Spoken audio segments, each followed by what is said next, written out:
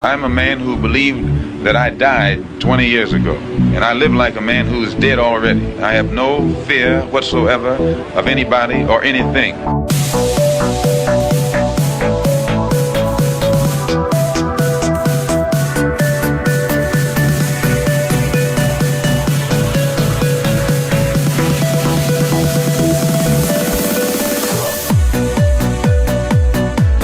Gary Webb. I am an investigative journalist, and in 1996 I wrote a series of stories entitled Dark Alliance, which was about CIA involvement in drug trafficking.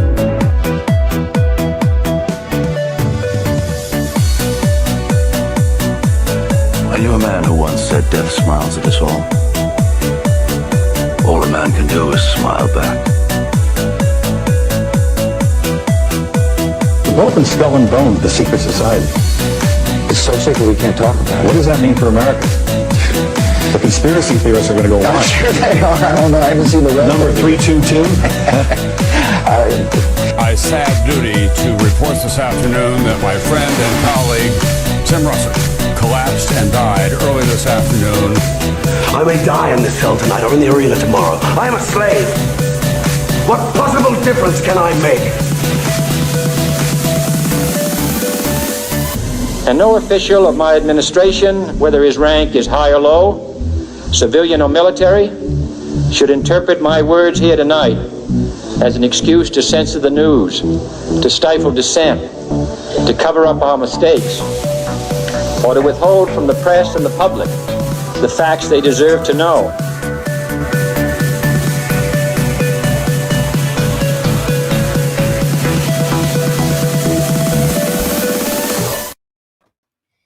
What up, everybody? Welcome to Already Dead with myself, Austin Picard of the Underclass Podcast. And obviously, we're missing the homie Jose, but we got Jacob, obviously, to fill in for him. And so we won't skip a beat, and don't worry about Jose, although I will say you should probably, I don't know, send him some kind words, maybe keep him in your prayers at a certain level. Not that anything serious is happening, but yeah, I think he had a fresh litter of kittens or something, and one of them's probably not going to make it. So he's just having to, unfortunately, deal with that. But anyway, beyond that, how are you, Jacob? What's going on, brother? How you feeling?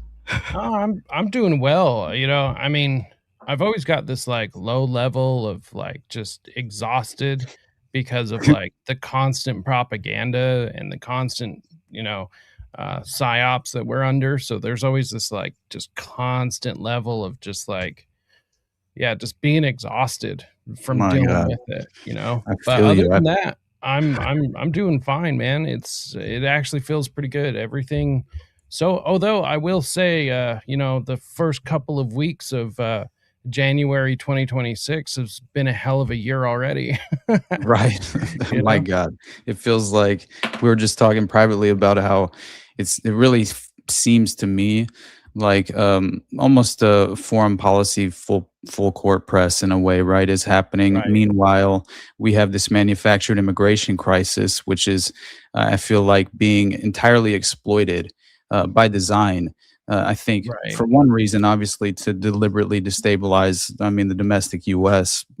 For one, I think escalating the culture war through what I believe to be this manufactured immigration crisis. So that's been just extraordinary, honestly, to witness as far as the cheerleading and right wing and left wing reaction to all of this, and how emotional just everyone seems to be in terms of how deeply they are attached to their ideas, in terms of what seems to be entirely fitting the official narrative behind what happened. And it only raises the level of division in terms of, just the overall bipartisan delusion that we're witnessing, and and I feel like is plaguing our ability to utilize critical thinking skills, which has been widely conditioned out of us. But yeah, it seems like Iran's currency has officially sort of collapsed at this point, and it seemed like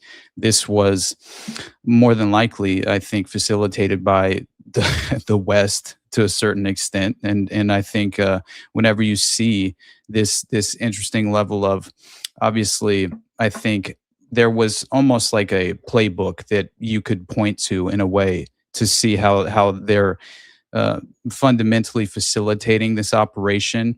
And not only did we just clearly, pull up Lindsey Graham on Air Force One with Trump, and they're posing for a photo op with "Make Iran Great Again" hats, and Right.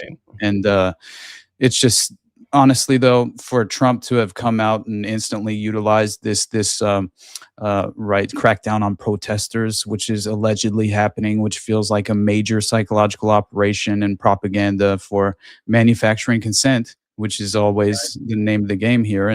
And so yeah, that Trump decides to take action to support Iranian protesters, but yet then claims that this ICE agent has complete and total immunity for facing some sense of accountability, and without legitimately being bogged down in the nonsensical debate in terms of, was the deadly force justified? Were the lesbians asking for it? Fuck around and find out, says the right wing reaction. Right. It's like, man, fall into place a little bit more. And your ideologically, captured brain, which can't fundamentally understand that you need to be ethically and morally consistent, right? And man, despite the ideological differences, as I said last week, in terms of Venezuela, right? I don't know. What are your thoughts on what's happening with Iran before I basically, lay out just a brief moment of how I think they conducted this strategic operation in a certain sense to fundamentally disrupt society domestically within Iran, obviously. So, I mean, ultimately, I think my whole thought on this is like the game plan, right? It seems as though all support for Israel has pretty much ended, right? And Israel is just squeezing out the last few drops of like boomer support, and they're able to end up getting everything they want, except for the very last thing they want is this conflict with Iran, because it's what they've wanted from the very beginning. And so it's now or never for them, right? And so this is why we're seeing it now. I think this is partially why we see what's going on in Venezuela as well, right? Because now we have no reason to worry about oil, because effectively, like, we just took over Venezuela. We're in the oil business now, Jacob. Right. I mean, now Venezuela is like, what, the 52nd state, I guess? Yeah, Trump declares himself president of Venezuela. Right. I mean, that's basically what happened. And like, can we just take a minute to appreciate how wild that is? Like, we just rolled in there and just said, this is ours now. And then, we're just like, what's up? Come and take it, like, I'm telling you, it feels like it's precedent setting in a way, right? And everything that's happening at this point, pushing the goalpost into this dystopian direction. And man, that's what's so frustrating, is the people who are just perfectly falling in line with the knee-jerk emotional reaction and instead of choosing their ideological preference, which is very low frequency, and their ability to even understand, the principles attached to what they're honestly facilitating, which is unfortunately a totalitarian, technocratic state, right? To a certain level. I believe that's the ultimate outcome in a certain way. But yeah, I don't know. I remember when I had mentioned Alan Dulles, Alan Dershowitz. Might as well be Alan Dulles. but I'm telling you, like, whenever I saw him essentially pitching the notion that Trump basically had to, in order for him to receive this peace president moniker, and then he would have to remove the basically remove the chains or the lead from the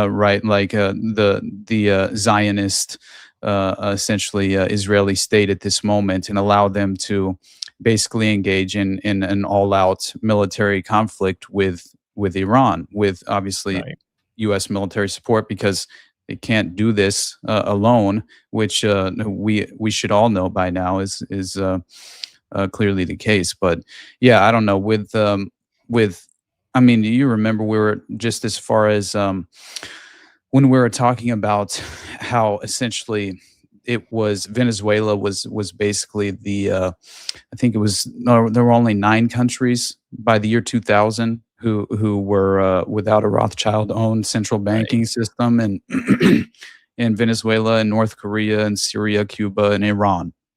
Interesting. And what did Lindsey Graham just say the other day? Threatening Cuba, right? Which is like, and he also it's just, it feels like it's almost the same sort of notion, just as far as the conceptual outcome of when Lyndon Johnson took over just after JFK looked at the generals and said, "You can have your war now."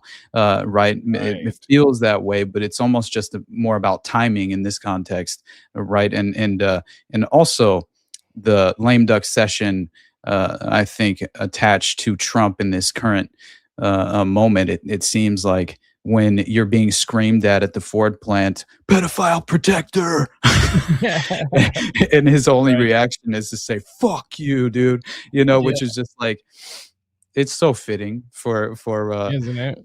Yeah, just pedophile occupied government, as I keep saying, right? But have you seen this? No. Let's see it, dude. Oh man. Hola amigos, yo soy su nuevo presidente, el señor Donaldo J. Trumpo. Your ex-presidente, el señor Maduro, is no longer your presidente. He kept talking shit, and fucking around, though, and he ultimately found out, though. Anyway, we're going to make Venezuela grande again. Mucho grande. El bigger, el better than ever before. We're going to drill, baby drill. We're going to have a big, beautiful fiesta, all the tacos you want. Mucho mariachi, sexy mamacitas, and delicious margaritas. And President Trump is going to be el DJ, okay? Muchas gracias, muchachos. And let's make El Venezuela grande again. Arriba El Venezuela. Just the hair, dude. The hair. Hola, amigos. Yo soy su nuevo presidente. Honestly, it's just perfect. But this is memetic warfare, honestly, like as far as the utilizing memes in this sort of sense. Yeah, I think it's fascinating. That's what I noticed just in terms of the official White House account, right? When they published that video. If you don't know, now you know. And it just feels like we've entered this cartoonish phase of post-reality in a certain way. And my God, I don't feel like it just legitimately feels like it's almost the plot line of a just ridiculous B movie. Like it's just like you listen to the politicians speak and you're like, who the fuck's writing this script? Like honestly, who's in the writing room and coming up with these lines? This is just fascinating to witness. And dude, it's like Idiocracy. Oh God, straight up. Mm-hmm. Yeah, Idiocracy is very much real. Unfortunately, it seems. Right. And I saw what was it? Trump basically told the people of Iran, right? I think it was hold on, I have it. So first of all, I think what was most interesting is the report from yesterday that basically Iran protests enter third week, over 500 dead amid a massive and major blackout in the country. And it instantly reminded me of what happened in Venezuela not very long ago, just before this major regime change operation and abduction of Maduro happened. And it almost seems like pattern recognition that we're witnessing the playbook in a certain sense, and how they would almost lay the groundwork for implementing this strategic invasion of some kind, which obviously was just more a covert clandestine operation.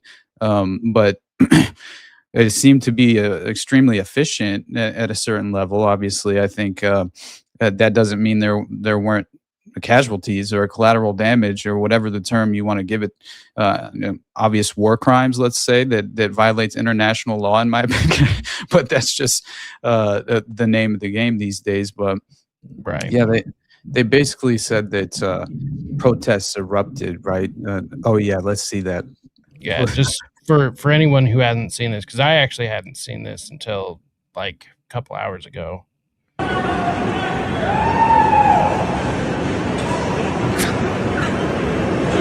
Like,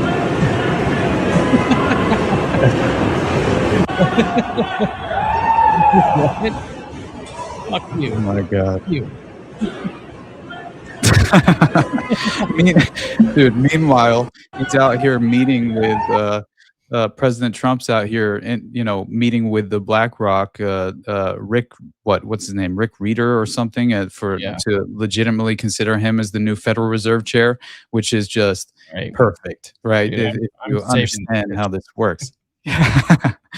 It's just going to lead us further and further into that unfortunate end result. But what I felt was so fascinating though about just as far as, well, actually, hold on, let me find that Alan Dershowitz video before I mention the Minneapolis ICE agent, because I did think it was very interesting to at least get into the fact that I had the Washington Post they basically made this publication, they publicized this strange and interesting story, an article that seemed to reveal this major media machine, which has been given the task, but as far as ICE specifically, ICE's media machine, and how ICE was essentially given the task by the current administration in the White House to basically run their own massive PR, essentially a campaign, right, on behalf of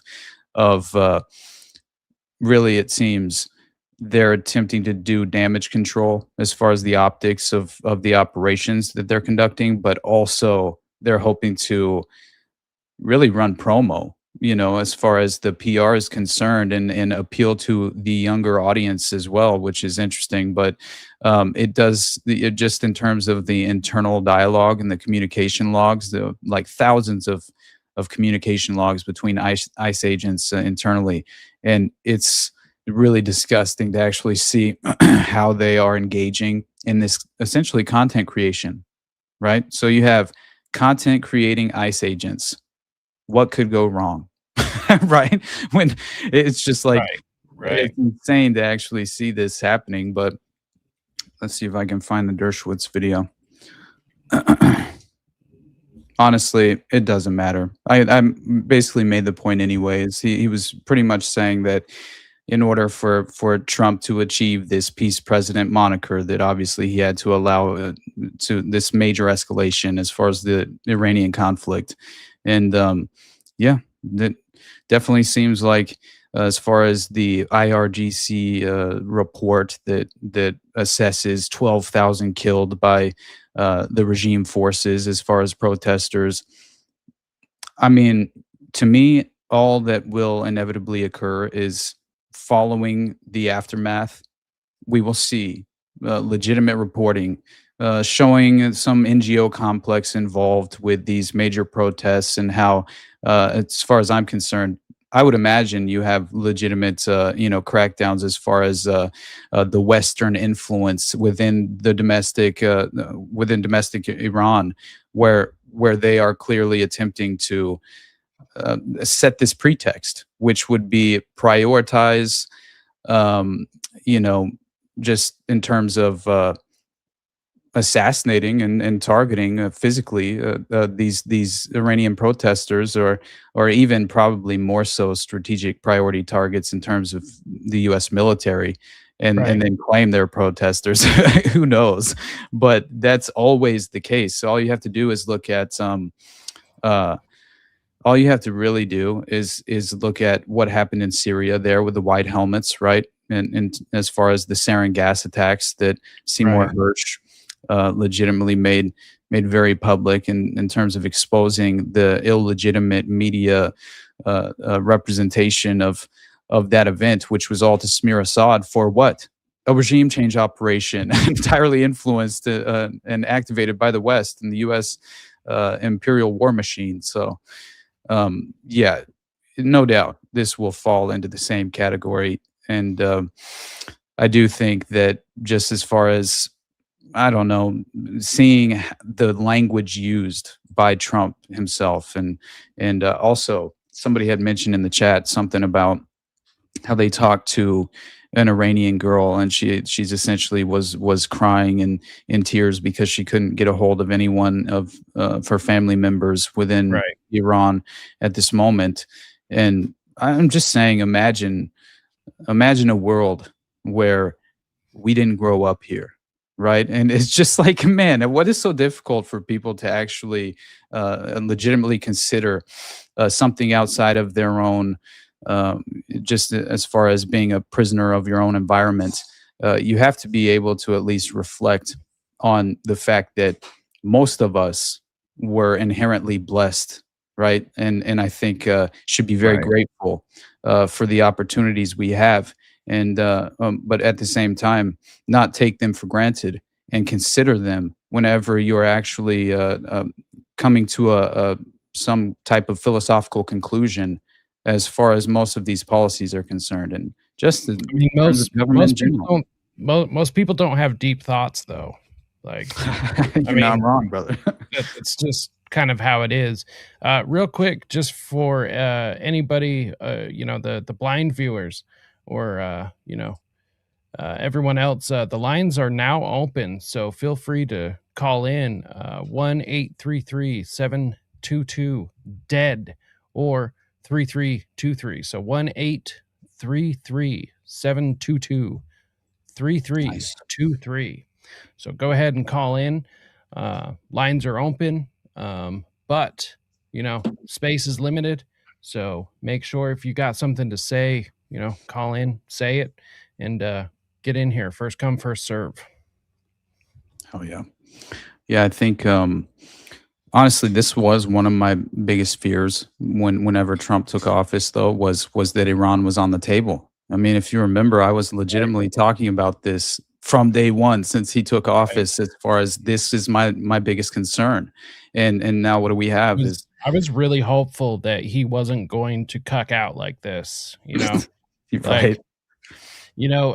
It's frustrating because like, dude, he could have gone down as like the best president ever, and like could have proven to everyone that it's not all fake and gay. And like, dude, he would have been George Washington 2.0, right? Would have went down in the history books. And well, guess what? It's all fake and gay. Exactly. It's all fake and gay, and they're all pedophiles. Right. It's like, it's unfortunate. I did hope that it wasn't that way. I knew it was that way, but I always hope for the best and prepare for the worst, Mm-hmm.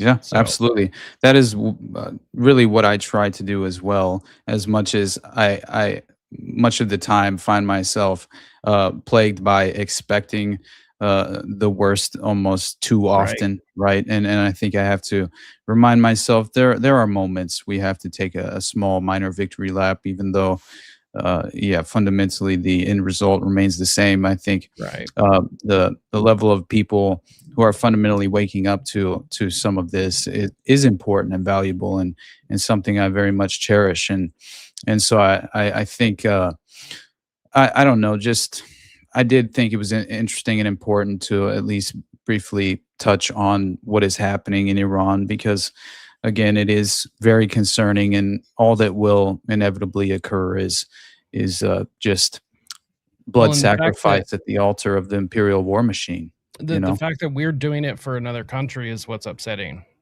Oh, I mean, very much the fact that it's going to be another war is upsetting. Right. But I mean, in the end, they'll benefit as far as financially, fiscally, if they legitimately pull off a regime change in Iran, and then rape them of their just resources and rare earth minerals. I think they will. I think they're going to be successful. Yeah, same. I do as well, unfortunately. That's seriously, unfortunately. And I mean, the whole reason Iran is the way that it is right now is because of us anyways. It's our fault that they are the way that they are, because they actually were a democracy beforehand. Did people forget about the 1950s and the Shah of Iran? And I think they have. And then that's the biggest problem. Right. But what are we going to do when everyone's starting point is basically, 5 years ago? Right. I mean, every 5 years. What it seems like. It feels that way. And I mean, more often than not, everything's buried in memory hold by the just doom cycle of this repetitive demoralization right, that takes place, and just as far as the media spotlight is concerned. But yeah, I did think that, and I thought also that acting president of Venezuela, I thought that was hilarious. But you also have Trump. Clearly, his Greenland policy is very interesting, and I think they even claimed that Greenland insisted, apparently, according to antiwar.com, that their defense will be through NATO and reject Trump's takeover. So again, this is a foreign policy full court press, right? And and let alone these veiled threats by the Lindsey Grahams of the world and these usual suspects that are apparently some of his top advisors. And he's a great guy, says Trump, which, my God, goes to show, right, a reflection of his character. And don't be fooled is the main point I'm attempting to make. And honestly, on that point, you want to pull up that thing you showed me earlier, that you sent me, as far as Bill and Hillary Clinton, to at least reinforce the credibility of the bipartisan illusion that we're intended to embrace as reality. When at the end of the day, ultimately, it boils down to they're all in the same elite exclusive club, and we ain't in it, my friend. Right? Yeah, I find it interesting though, because it's like, I don't understand this play, because like if former President Clinton is facing a grand jury, right? Like, what are you trying to do? Because I mean, something's got to happen because of that. Like, even if it's a show trial, like, what are they gonna just like put him in, an orange jumpsuit, throw him in jail, and do a photo op and be like, all right, get the hell out of here, don't let them see you, Right. Yeah, no, I expect no real accountability. I think this is a major political play for you're getting what you voted for, and you'll get that. Honestly, it'll reinforce the base as far as their support in the false paradigm, in terms of, oh, see, he actually did arrest one of the Clintons or something, like that. And lock her up came to fruition. It's like, fuck you. You just had to trust the plan. Right. And thanks, Q. Right. That's just again, this is how you recorral the fleeing dissidents, right? As far as that are attempting to flee from the propaganda. In a bipartisan manner, we will move next week in the House Oversight Committee markup to hold former President Clinton in contempt of Congress. With that, be happy to answer any questions real quick. Mr. Chairman, anybody on the committee? Well, President Trump has answered thousands of questions. Thousands of questions. Fact, he's always talking about Epstein. You all ask him questions. Get the fuck out of here. He answers questions every day. No, he doesn't. Well, you can't bring in a current president of the United States, and you all know that. So, I mean, you could. President Trump has answered thousands of questions about Epstein. I bet he hasn't. At some point, no, he hasn't. Some of you all will ask President Trump questions about Epstein. He answers those questions. To my knowledge, former President Clinton has never answered questions about Epstein. And we just had questions because, again, I think anyone would admit they spent a lot of time together while Bill Clinton was president and post-presidency. Like, okay. Oh my God. And then there's that. And then Bill Clinton came out and actually made a statement. I didn't read it because it was like, too long, didn't read, It's like, I just don't really give a shit. Right. Because whatever it is, it's just like, I guarantee he didn't even write it, Right. Yeah. No, I did find another post. I was going to send this one to you and I totally forgot. But it was a clip of Hillary Clinton talking about the Monica Lewinsky scandal. And this was one I had never seen before. Let's see if I can find it real quick. but they had mentioned something, or she had mentioned something about how like Bill should have never like gotten in trouble for that, like at all. And it's like, Right. what the hell are you even talking about? Because yeah, he should have gotten in trouble for that, and so should have you. You know, Right. Yeah, no kidding. And I did think it for sure caught my eye that obviously they refused to testify, and that's what this is mainly about. And in the House is Jeffrey Epstein investigation, according to the New York Times. But yeah, again, political theater. Right. This is you know, this is the Nuremberg trial all over again, or it's the church committee hearing, the Rockefeller report on, you know, the intelligence community. Like it's the same fucking thing. Exactly. It's going to go Pageantry. nowhere.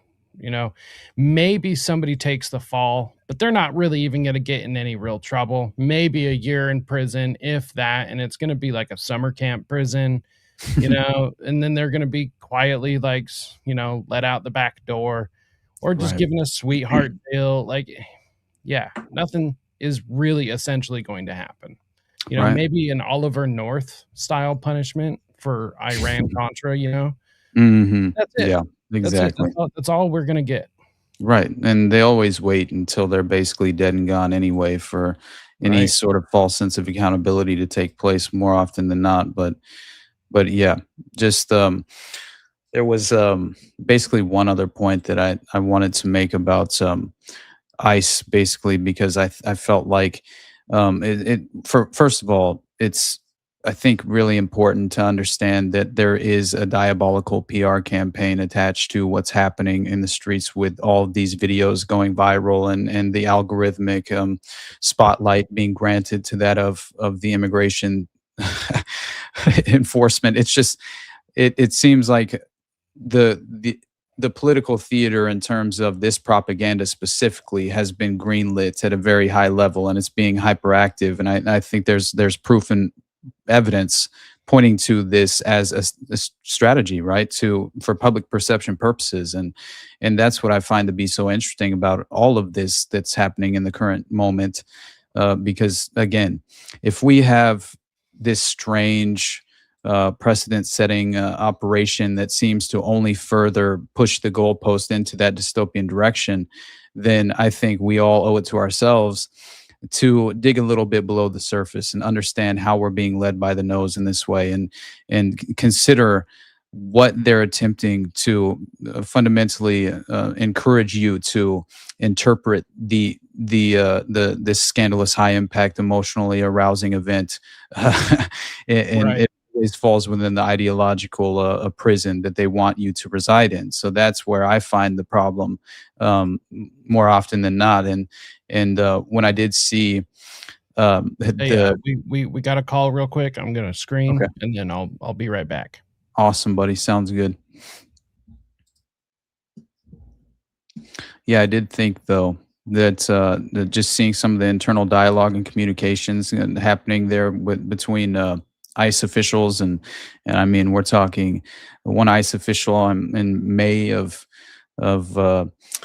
this year, basically, or last year. I mean, obviously, basically said, "Let's feed the beast first with the good work ICE is doing each and every day." And I just thought it was a hilarious way for them to, first of all, put it in this, just as far as the language that they would use, right? That was very problematic to me. Feed the beast, you know, which the beast is essentially the general public, and influencing, unless they're actually you know, in some strange way, almost showing their cards by legitimately claiming to feed the propaganda machine, or to some level that could have been out of context. Who knows? But some of the internal dialogue is fascinating, and we're talking thousands of communication logs that the Washington Post made public. Who we got, buddy? So we have Brandon on the line. It looks like he actually wanted to piggyback off of, I believe, our Satanic Panic episode. So go ahead, Brandon. What's up? Hey guys, hey Austin. Nice What's up, brother? What's up? So I'm the guy with the little Bobby Hill profile picture that always message you random shit. Awesome. And I was sending you that David Berkowitz stuff with the Moloch. Did you get a chance to read that? Oh my God, yes. Yeah, that's fascinating. And I did legitimately put that in the Ultimate Evil episode through the lens of Maury Terry, I remember, because he specifically during the interviews with Berkowitz, he brings up the sacrifices to Moloch, and he even references a couple other deities based on the strange blood sacrifices they were conducting there in Untermyer Park and various other locations, one being the Devil's Cave, obviously. But it's fascinating to obviously understand the fact that what they were actually doing in Untermyer. And if you look up, right, isn't it Samuel J. Untermyer? It's just so crazy to look up the sphinxes and these incredible, I think, like winged lions and the Freemasonic pillars, which seem to look like what are they called? Not a monolith, right? Is what's the I think that's right. Honestly, what is the major DC monument there that penetrates the sky? You know what I'm talking about? Yeah, obelisk. Thank you. That's what I meant.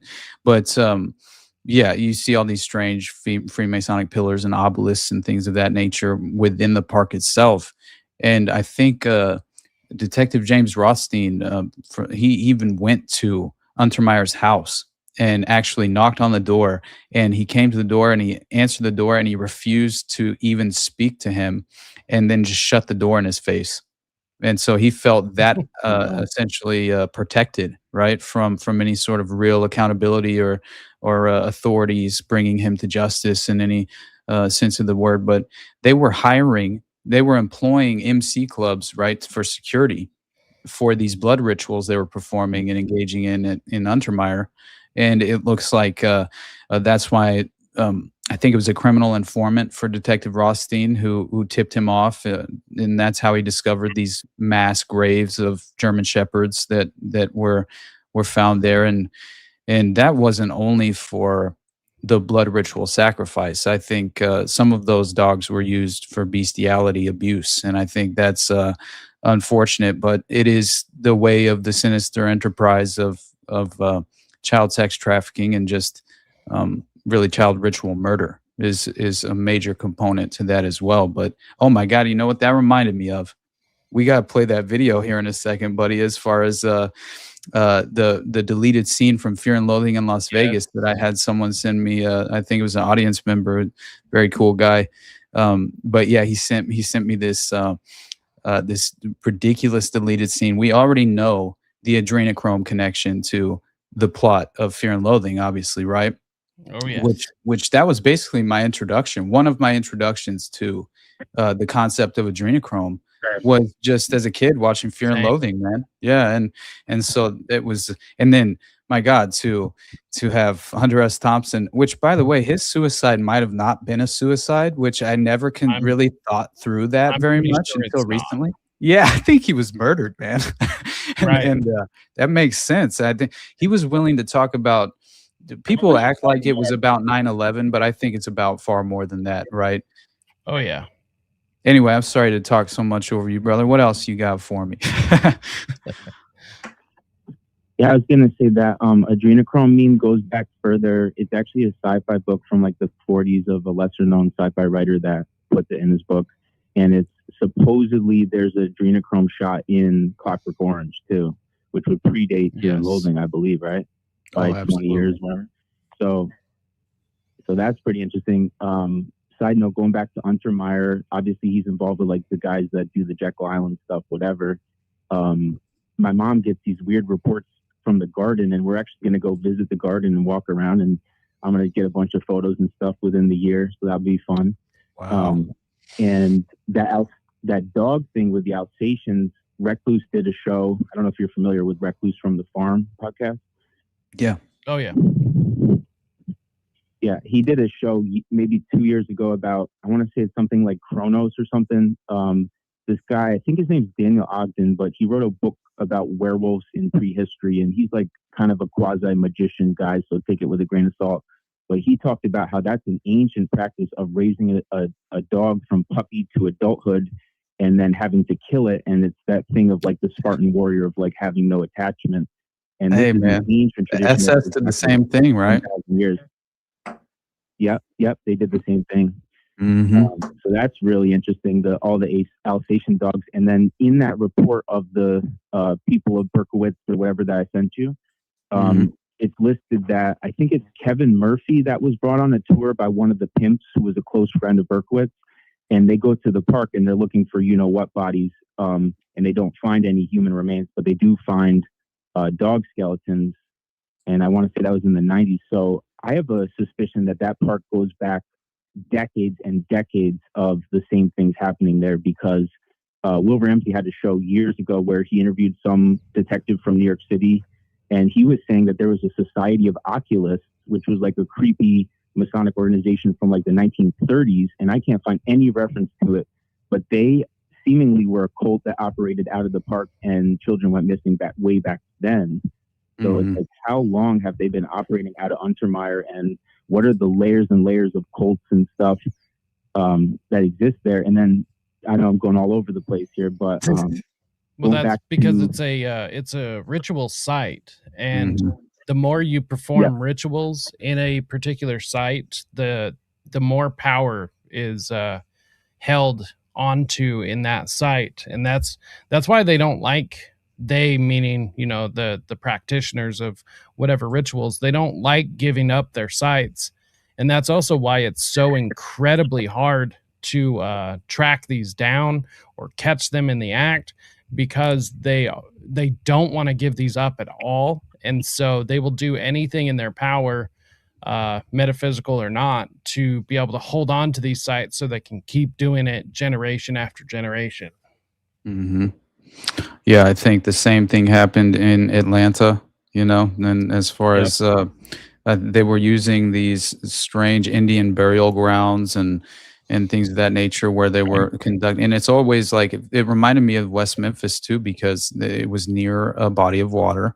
And I think that matters in terms of the occult ritual aspect of, the cleansing of the blood in a certain way, something to that effect. And it's really fascinating to trace back the lineage of, and even like understanding that Untermyer, I think, was very much obviously a long-standing ritual murder site, I think, and that's another reason why I think it was I forget the name of the MC biker, which basically he was serving a prison sentence for murder, right? And he inevitably became a criminal informant to attempt to, obviously he had an incentive, so you have to question the legitimacy and credibility of his statement. But I mean, it was essentially self-serving to get time off your sentence, so you'll play ball and you'll name names and roll over in terms of identifying perpetrators that you are well aware of being connected directly into, But you know what? It's just, as far as, I'll never forget this disgusting. Did I hear somebody try and say something? My bad. No, I think. I think I'm hearing myself. Yeah, that's probably what it is. Yeah. But Anyway, I felt like understanding that there was again, this is very interesting as far as this graffiti artist that was hanging out in Untermyer Park, and he claimed to have witnessed the satanic ritual sacrifice in another park called Van Cortlandt Park, and that was in the Bronx. And so you had many different locations that were geographically I think used in this case, so his story, though, it matched perfectly with other similar witness claims of ritual sacrifices that were carried out in Yonkers and Untermyer, involving these prominent cult members, such as, and this freaked me out because all I thought was the Manson connection to Brother John, and how you had Bugliosi, isn't that his name? Who was basically involved with the trial there with Manson, and essentially he gets he gets a Vince Bugliosi, the author of Helter Skelter, exactly, basically the person that pushed that entire Helter Skelter narrative, that it was based on a race war and all that stuff. Yeah, this guy's a spook for sure. Well, he's a psycho too. Like, yeah, that's what I think it was through Tom O'Neill though that I heard that he was basically psychotic in the way that he handled dealing with him, which I did take that seriously as much as I think Tom has his flaws, you know.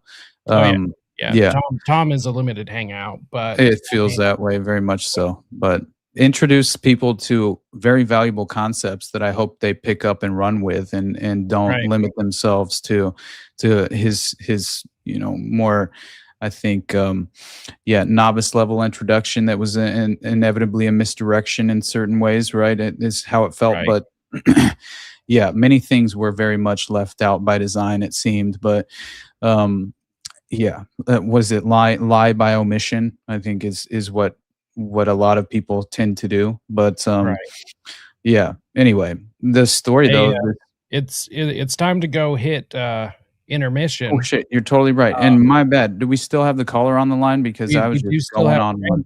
Hey, Brandon, what else you got to say, dog? Got anything before we let you go? I got a lot of things. Well, really I'll try to condense it all. Fair enough. Man, I'm going to hang up and call back, or is that not an option? Well, we'll just what do you got, and then we've got to hit it to intermission. Yeah. I was going to say, the guy who designed the sculpture of Prometheus at 30 Rock, Paul Manship, he also did a lot of the sculptures at Untermyer, which is fairly interesting. I'm not sure if he was commissioned to do that. And then the second thing I was going to say, Austin, the Carl Gadusek, the Qingan leader guy for the Moloch in Untermyer cult, he was like the Nobel Prize winner. I do think that his nephew might be the showrunner of season 1 of Stranger Things, because the guy's name is my god, and I do not see any other person under that, and it just makes you wonder, like, is there kind of MK type stuff in Stranger Things season 1 as a direct result of one of these descendants of a cult member, right? Man, and then very last, crazy shit. And then last thing is the Ed Sanders connection, him and Maury Carey being best buds and pen pals and the rest of it. You guys got to tap into Todd from California. He did a whole series with Walter Bosley about getting into the Ed Sanders material and the creepy Aztec cult, where Manson is connected as one of the Chingons, and then how they go interstate and potentially connect from there to Florida to New York City. Like, it does beg the question if the 4P cult connected to Process in California is connected to the people operating in Untermyer. I think there's no doubt. There's no doubt in my mind that, it very much seems like they're connected through the Cotton Club murders and all of this. Obviously, I mean, Roy, what was his name? Raiden, right? He basically, he had that upstate New York mansion where they're hosting these sexual blackmail parties. There's no way around it, man. Like, there's direct connections to these priority targeted assassinations, a part of the Cotton Club murders, and all of this, and they're directly linked to Process and directly linked to the cult. 4P, the 4-Pi cult is Neo Process. Exactly. So it's literally a derivative of, and that's allegedly exactly who Ted Bundy was involved with, was the 4-Pi. Yeah. That's what and he didn't do those last murders. Right. Well, there's actually no physical evidence of any of the murders that he actually ended up going down for. So that's incredibly interesting. No doubt. Yeah, I think I'm pretty sure I actually put.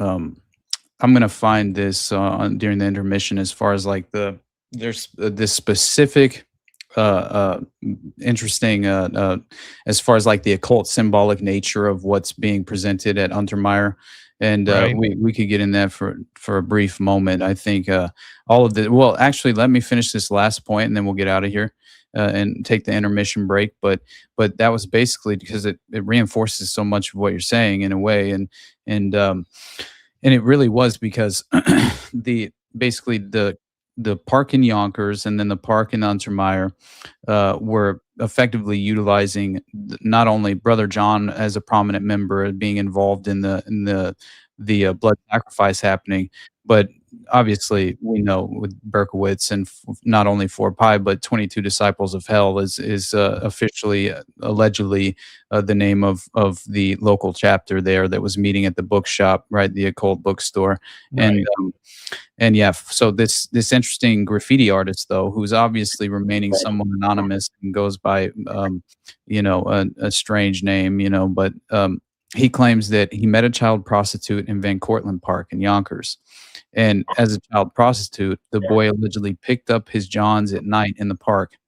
One night, he was picked up and asked to go to a party, and all he demanded in return was payment. The man gave him $20, and they went to a location known as Frankie's Castle. The boy called, apparently, do what? Oh, you're just hearing your feedback. Oh shit! Sorry.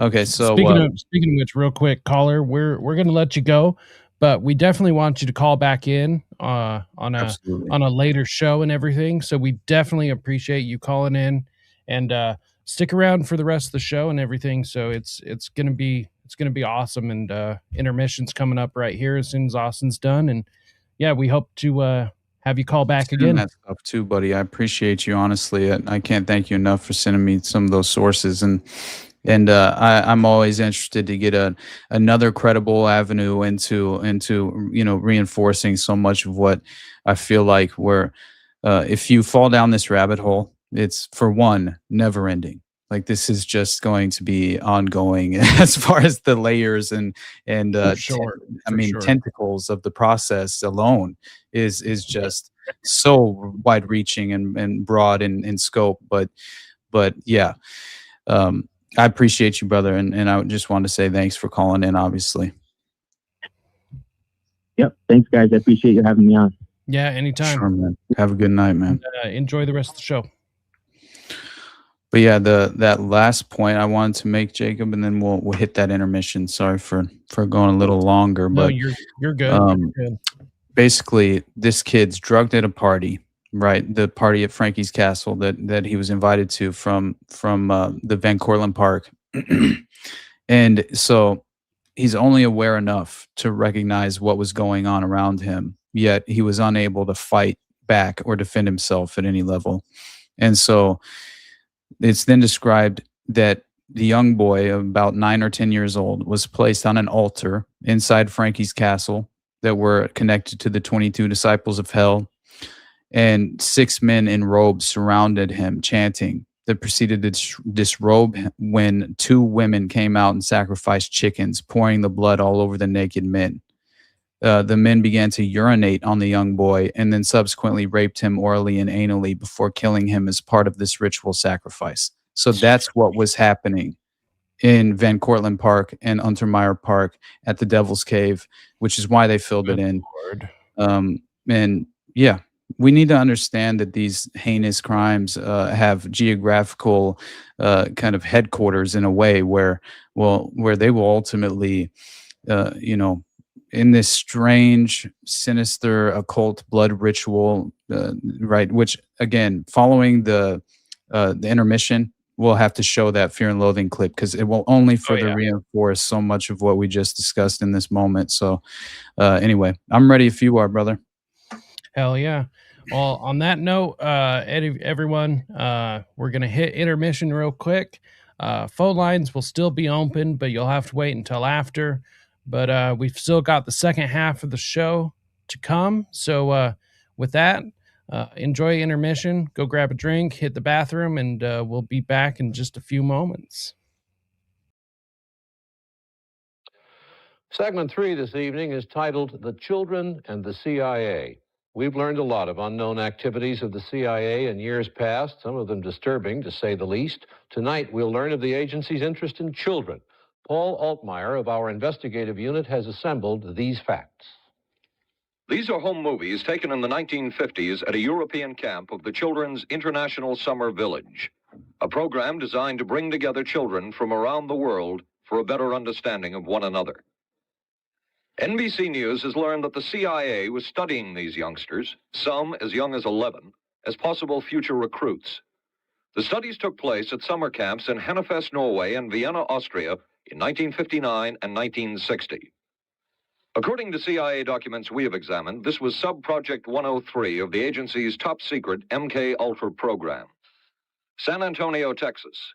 NBC News has also learned that the CIA paid for a study of adolescence here and in two other Texas cities, Austin and El Paso, in 1958 and 1959. It was a study of how youngsters behave without adult supervision. This study, MK-Ultra Sub-Project 102, refers to data being collected on 462 subjects in 7 secondary schools. No child is identified by name.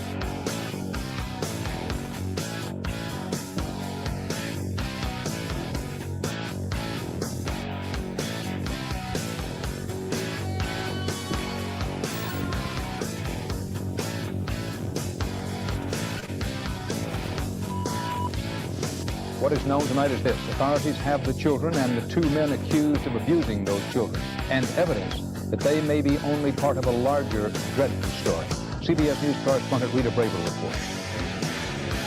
Law enforcement authorities suspect they may have stumbled on an international child abuse ring when an anonymous call led police in Tallahassee, Florida to this park. 2 well-dressed men were discovered with 6 filthy, ragged, insect-bitten children, aged 2 to 6.5. A passerby with a home video camera took these pictures as the men were arrested and booked for child abuse. The children were confused, said they'd been traveling for a long time in a van, stopping at camps. Today, police released these photographs, hoping to learn more about the 6 youngsters who said they didn't know where they came from or where they were going. But at least one of the 6 were sexually abused. The 2 men reportedly told police the children were being weaned from their mothers and taken to Mexico for a special school for brilliant children.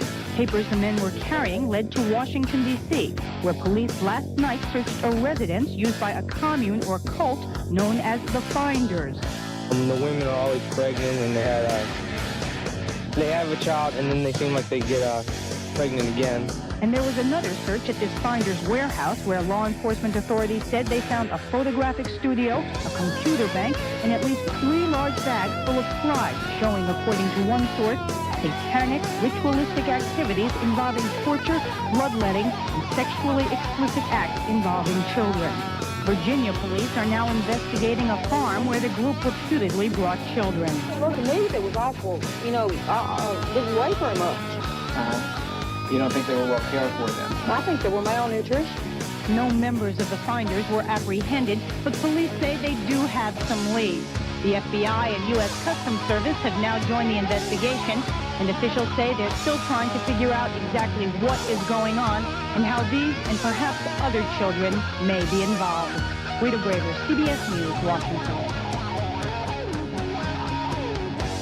They were 6 small children. They were hungry and covered with insect bites. It seemed as if they hadn't been bathed for days. One child may have been sexually abused. They were so isolated, police said, they didn't even seem to know what a telephone was. The children were found yesterday in a park in Tallahassee, Florida. 2 men from Washington, D.C. were charged with child abuse. 1 resisted arrest. Police think the men were part of a satanic cult that required its members to surrender their children. We're getting information that adults are encouraged to join this group, and one of the stipulations of joining this group is that they give up to the rights of their children. The men said they were taking the youngsters to Mexico to start a school for brilliant children. Police thought otherwise. Today they raided a home and a warehouse in the nation's capital gathering evidence. Neighbors said for years it seemed something was wrong. Something was going on at that house. About, that there was something was kind of off. One time in particular, I'd say it was probably in the 40s, and there was a little boy kind of wandering around outside, and a woman was out there too in bare feet. The 2 men are being held on $100,000 bail in Florida. The children ages 2 to 6 have been turned over to state health officials.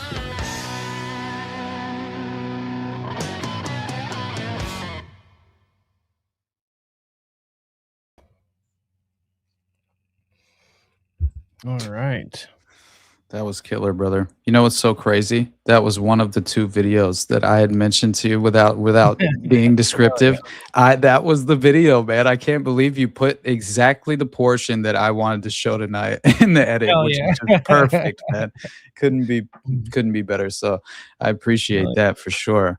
I First think and foremost, we got Shy that wanted to come up. right? Yeah. Rage as well. I saw. I figure we'll probably just do it one at a time to avoid any like complete and total chaos, just as far as the talking over each other. But that's really the only reason. So I'm down. Whoever wants to come up first, Shy, if you want, I'm in, brother. Shy up first, and then Rage. What's up, buddy? What's going on, guys? Dude, how are you doing? Because all that I'm seeing is right, just as far as PSYOP season in full effect, and I feel like it is ongoing, and there's no end date. You know what I'm saying? Like this should just be the perpetual, right? It's almost like the season of the witch. Like this just unfortunately is going to plague society at large for I would just imagine the future that we face is quite grim. Just change this to a baking show, share recipes. I'm telling you, buddy. My God, how you doing anyway, Shy?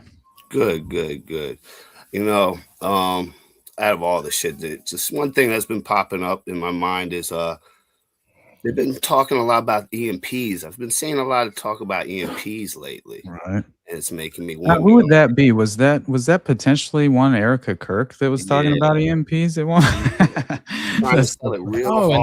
In that CIA documentary that resurfaced. There's actually a couple of them. I've seen a couple like different videos, like one where she's interviewing just one guy, and he's talking about Iran sending a nuclear missile over us and taking out all of our electronics. Dude, they do not have that capabilities. If Iran was blamed for anything, guaranteed it's somebody else's missile, and Iran's just getting blamed for it. Period. Right.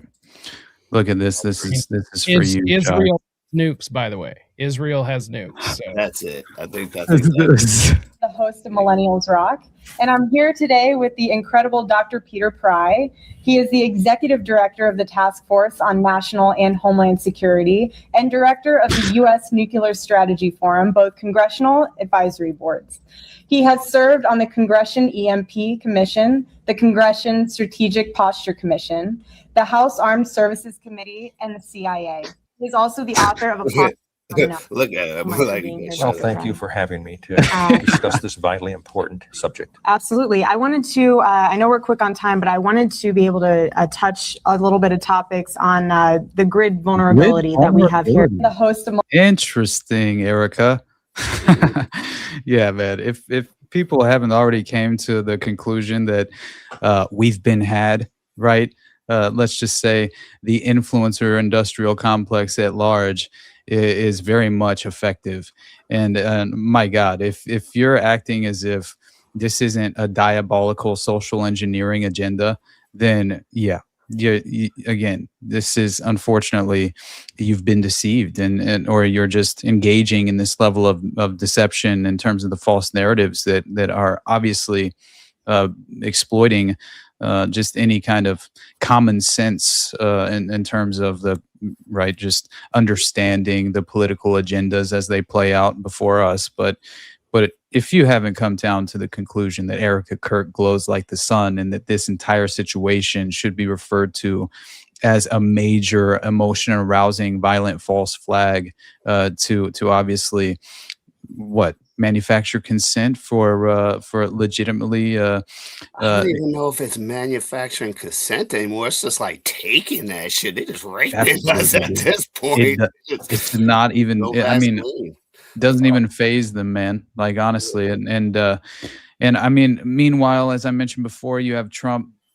legitimately sitting down and interviewing that BlackRock executive that essentially could be our next Federal Reserve chair, and people have the audacity to act as if any of these political puppets are valuable or worth defending, and yeah, that's just the most unfortunate mindset that you could ever possess, and will only lead to you essentially causing self-harm, right? You're serving your own worst interest, and man, what a it's strategically effective in the context of the mind war, right? But all that right, was really just we have another caller on the line, and this all right. caller actually just saw the intermission, the postmortem about the finders, and wanted to talk about them real quick. So go ahead, caller, you're live. Fantastic. How you guys doing? Good, man. How are you? Doing good, doing good. I just want to mention, I cut in part way and I saw the finders. In my old notes, when I used to do research on them, the same doctor, the psychologist who came down to Florida to interview the children, you'll find he's a psychologist out of Chicago. Okay. He also did something with the Jewish Community Center, the Bernard Horwich Center. Okay. He's also done, I believe, a little work with Mick Martin. So a lot of people don't know this, but they're using like the same psychologist. I mean, that's just a little odd that this guy, and I remember looking up, I believe he put in like a doing business ads. Somehow he got his license to practice in Florida super, super quick. I said, wow, this guy's kind of connected. You know what I mean? So I just wanted to throw that out there. If you guys want to follow that through, I can hit you guys up in an email or something like that with once I find my notes. You know, man, I legitimately remember covering that specifically in the Finder series that I did with Jose. So you'll definitely have to go check that out as well, because I encourage everybody to understand that it fits the exact same profile of the pattern recognition and honestly more than that, the playbook that they rely upon as far as the False Memory Syndrome Foundation being a great example of that as well. I think 100%. Yeah, one of the craziest things is that basically you have a connection to Arliss Perry's husband, who brings back in the process, obviously. Arliss Perry was brutally murdered in an occult ritual murder on the campus of California, Berkeley, I believe, and her husband's covered in blood. But yeah, it's very strange, and it, apparently he claimed that it was a nosebleed, right? It's like, what are you talking about? But it turns out Arliss Perry's husband, Bruce Perry, he happened to be the psychiatrist in charge of treating the children at Waco. So it's like, man, how many times does this happen? And more than that, too. Oh, yeah. Wasn't he up in Canada? I'm sorry to break in. It's hard for me. Wasn't he up in Canada running a certain center? Yeah, man, this is the way of the world. That's when you in Canada. This is why we say schizo bros assemble, because the overlapping nature, and again, as I said before, the tentacles of these networks, they're far more just sinister and far-reaching than people would ever imagine, and that's what's so fundamentally important in spotlighting and reminding people of. And I appreciate you calling in with those bombshells, because that's what I love to focus on more than anything, is that smoking gun that clearly proves this is not at all in any way a coincidental. How could you chalk it up to that? How could you essentially have such a oversimplification that will clearly disregard the level of what I believe? I think the way that we put it in the Satanic Panic episode we just did, Jacob, was it's time to justifiably incite a moral panic, right? What are we doing? Why are we taking so long and trying to defend against the notion that, well, it's not that bad, right? It couldn't be that bad. Yes, it is. Satanists are the only ones that don't hurt children. Right.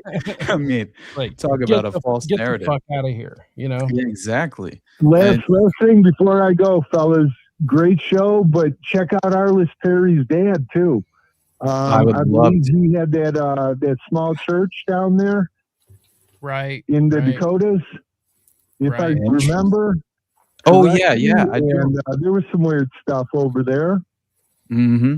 Right. So, but I'm just throwing out some stuff. You guys are the ones. I mean, you guys do the research and such, and just some stuff I don't hear a lot about.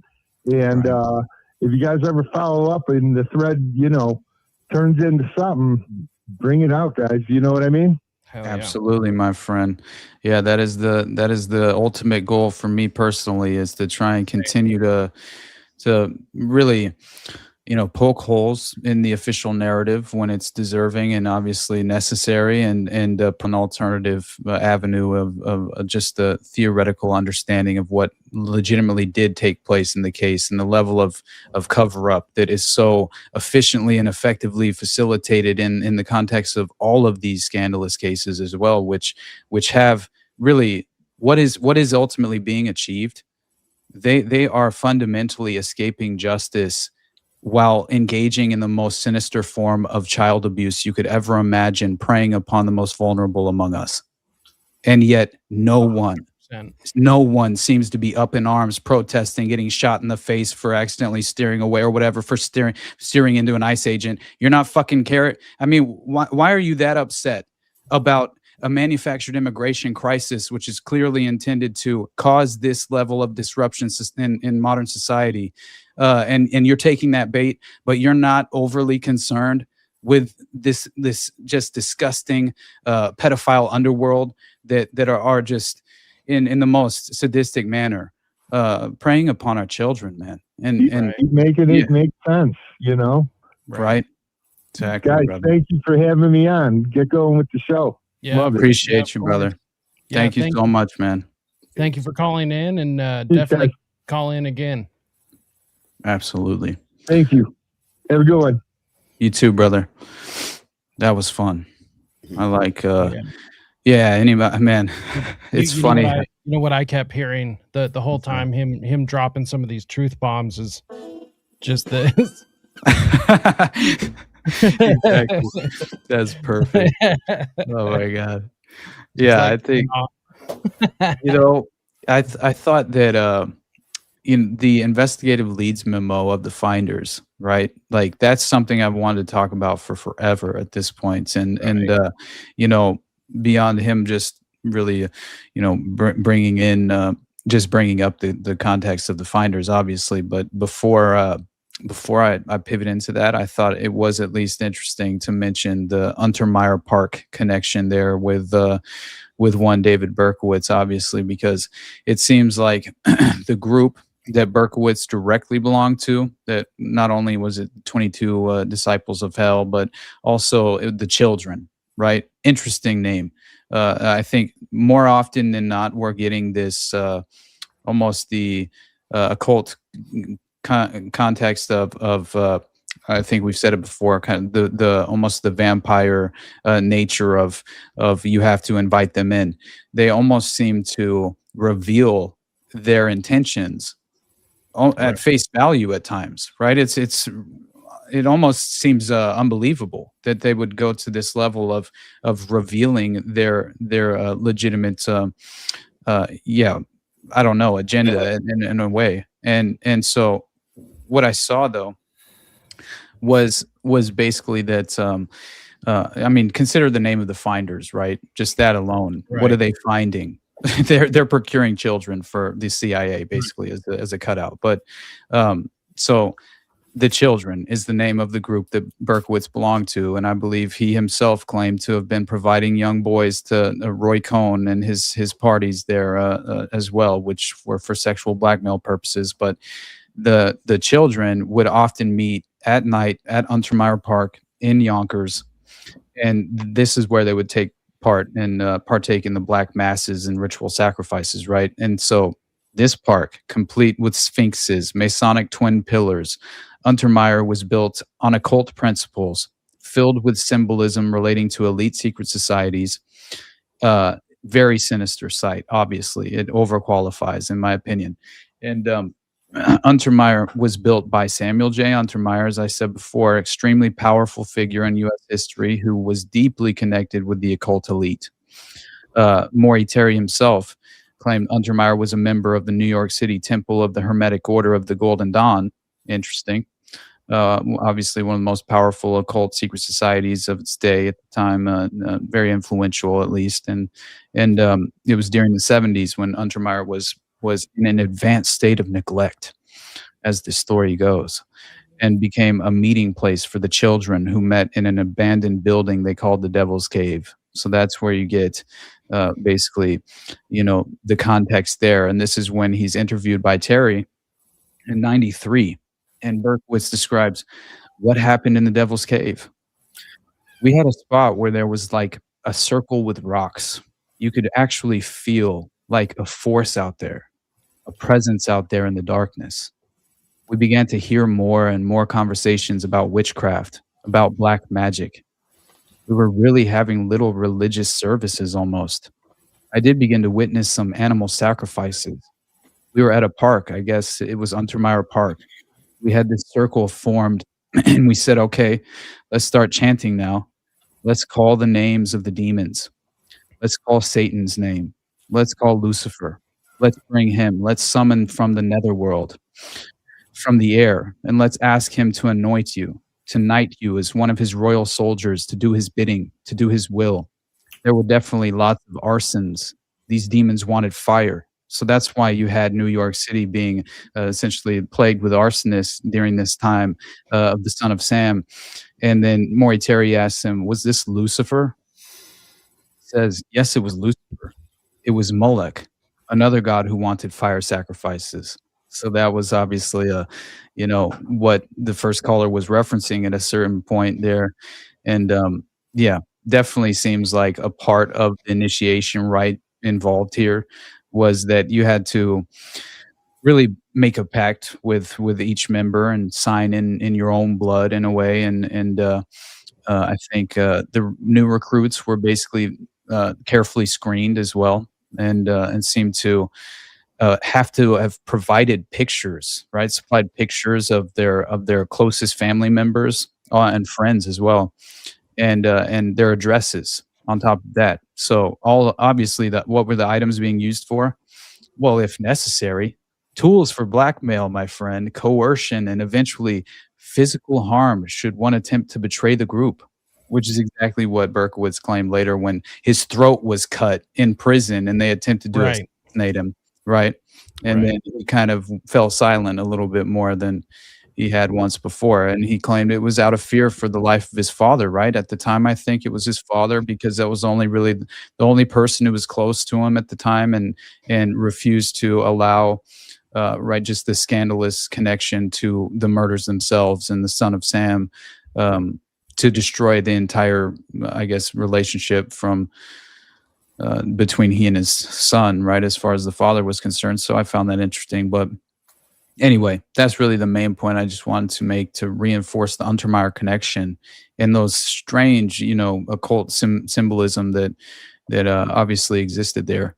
So predating the Devil's Cave in many ways, I think that was more than likely formed on behalf of the cult, if not just I'm sure it was there, and then they just used it as a sacrificial chamber of some kind. But I think now's the perfect moment to really show that video, though, of the deleted scene from Fear and Loathing. I think you guys bring it up. All right. It's freaked me out a little bit, and not because it was anything that was unexpected, but just the fact that they obviously deleted scene, but at the same point, I found it very interesting, the context of what they claim. And even after the conversation, because remember the fact that when they were in Vegas, right, in the plot of the film, I think there was a major police convention that was that being hosted. If you remember, when he's checking in at one of the first hotels, it's nothing but cops in the lobby. Mm-hmm. And you have that one. That's the time when he's doing the ether, isn't it? Yeah, I'm pretty sure it was. I forget which. I think it was the ether, though. I can't remember now exactly. But either way, he definitely was messed up. And the guy from like Law and Order was the clerk, right? At the front desk, and he plays this ultra gay guy. It's honestly really funny, but yeah. So let's listen in on this. This is so nuts to me. Hold on, do it. Yeah, 313. Okay. Hey, rum and ice. Can you hear it? Oh yeah, one of them California boys. Yeah. Your buddy here is just telling me all about. Oh yeah, I've seen this. Oh, right. Christ, they're everywhere, man. Nobody's safe. Sure as hell not in the South. They like that warm weather. Yeah. In LA, it's out of control.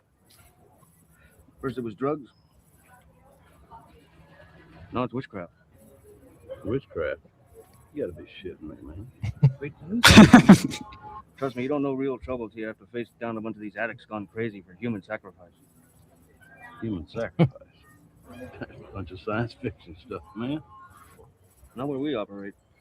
Reality is in Malibu alone, these goddamn Satan worshippers kill 6 or 8 people every day. They'll take people right off the street if they have to. All they want is the blood. You know, just the other day we had a case where they grabbed a little girl right out of McDonald's hamburger stand. She's a waitress, 16 years old. A lot of people watching. What happened? What'd they do to her? Dude. Jesus Christ, they chopped her goddamn head off right there in the parking lot and cut all kinds of holes in her and sucked out the blood. Let me get Dude, Benicio is so fucking funny, man. He's been. Do what? They're pretending to be cops in that scene. Yeah, exactly what they're doing. Yeah. So this guy's obviously a cop, and they're just putting on a show for him in a way. Fucking And with him. yeah, they're fucking trolling his ass so hard, but at the same time revealing the truth in a very valuable way to I think through pop culture as a vessel in a way. And I will say, obviously, if you look at the artwork of my Patreon and my YouTube, that's Gonzo art. There's something I've loved that artwork from Same. Ralph Steadman. I think is honestly brilliant. But there's a lot of that I always appreciated of the Gonzo journalism. In fact, which is interesting Same. because I also feel like it was at least it felt like almost the strategic outcome of Tavistock 2.0 and the Esalen Institute, clearly, as we were discussing privately, obviously. But let me see, there was a minute mark. I think 6:07 will stop it because it basically runs out of this scene. But telling me they pull the little girl out of the McDonald's hamburger stand. They take her out in the parking lot. All these people standing around. Cut her head off, suck the blood out. Nobody does a goddamn thing. What could they do? The guy that took the head was about 6'7", 300 pounds, packing Lugers and M16. They just ran back out into Death Valley, same place where Manson turned up. Like big lizards. Every one of them start naked. big lizards. Right. They're all veterans. Veterans? Yeah, the big guy used to be a major in the Marines.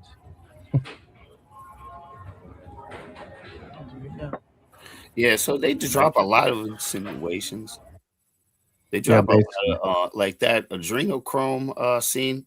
Like they don't say, but he's like, "Wait, you could only get this," and he's like, "Yeah, I know." Like, From the adrenaline gland, yeah. Yeah, and they're like, so it's funny. It's not surprising that they would drop this scene because it would kind of might connect it for people that might Exactly. Well, but the child sacrifice is interesting because it definitely would be reinforced with that scene as well. What were you going to say, Jacob? So something that I had brought up to me the other day is that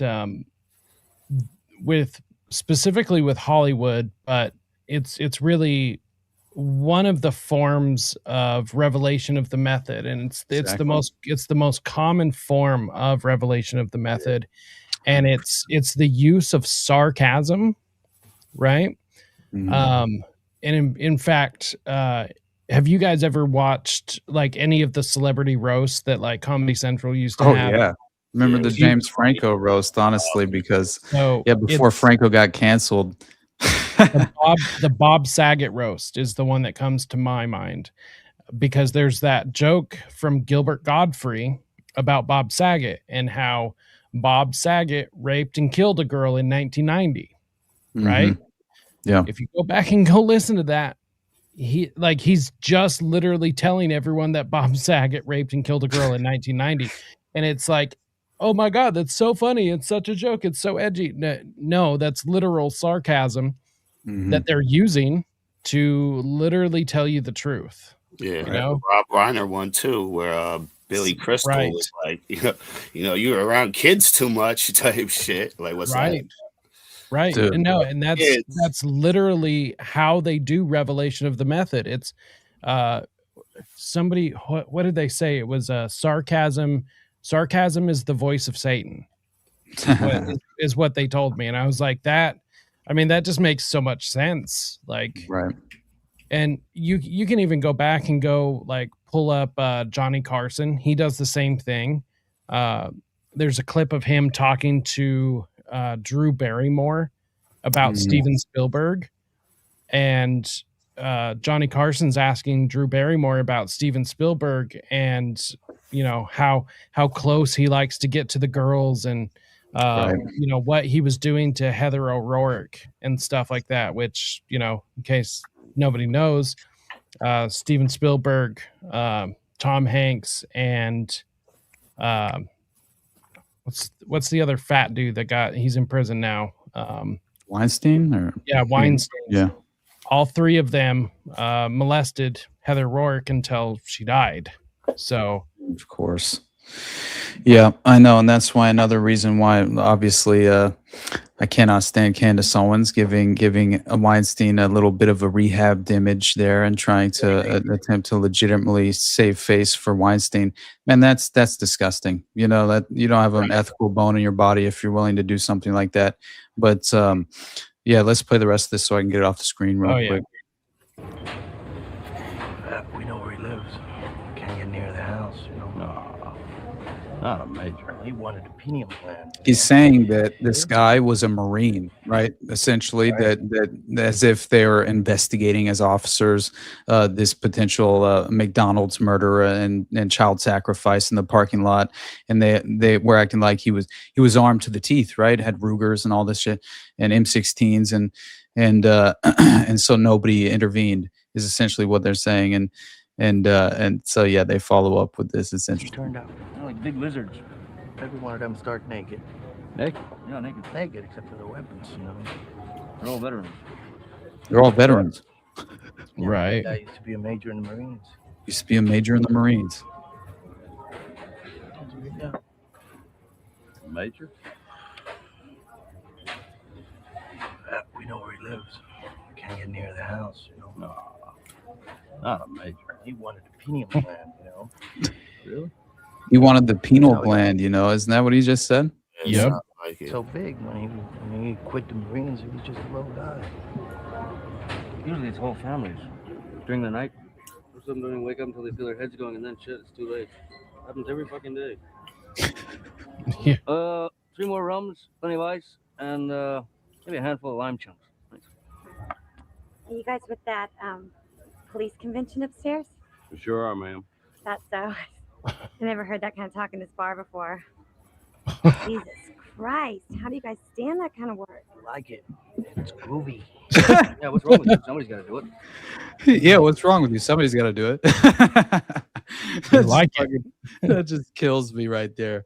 But Terry Gilliam obviously directed that film, and he's one of my all-time favorites as well. As far as he back obviously Monty Python and the Holy Grail, and he legitimately has done.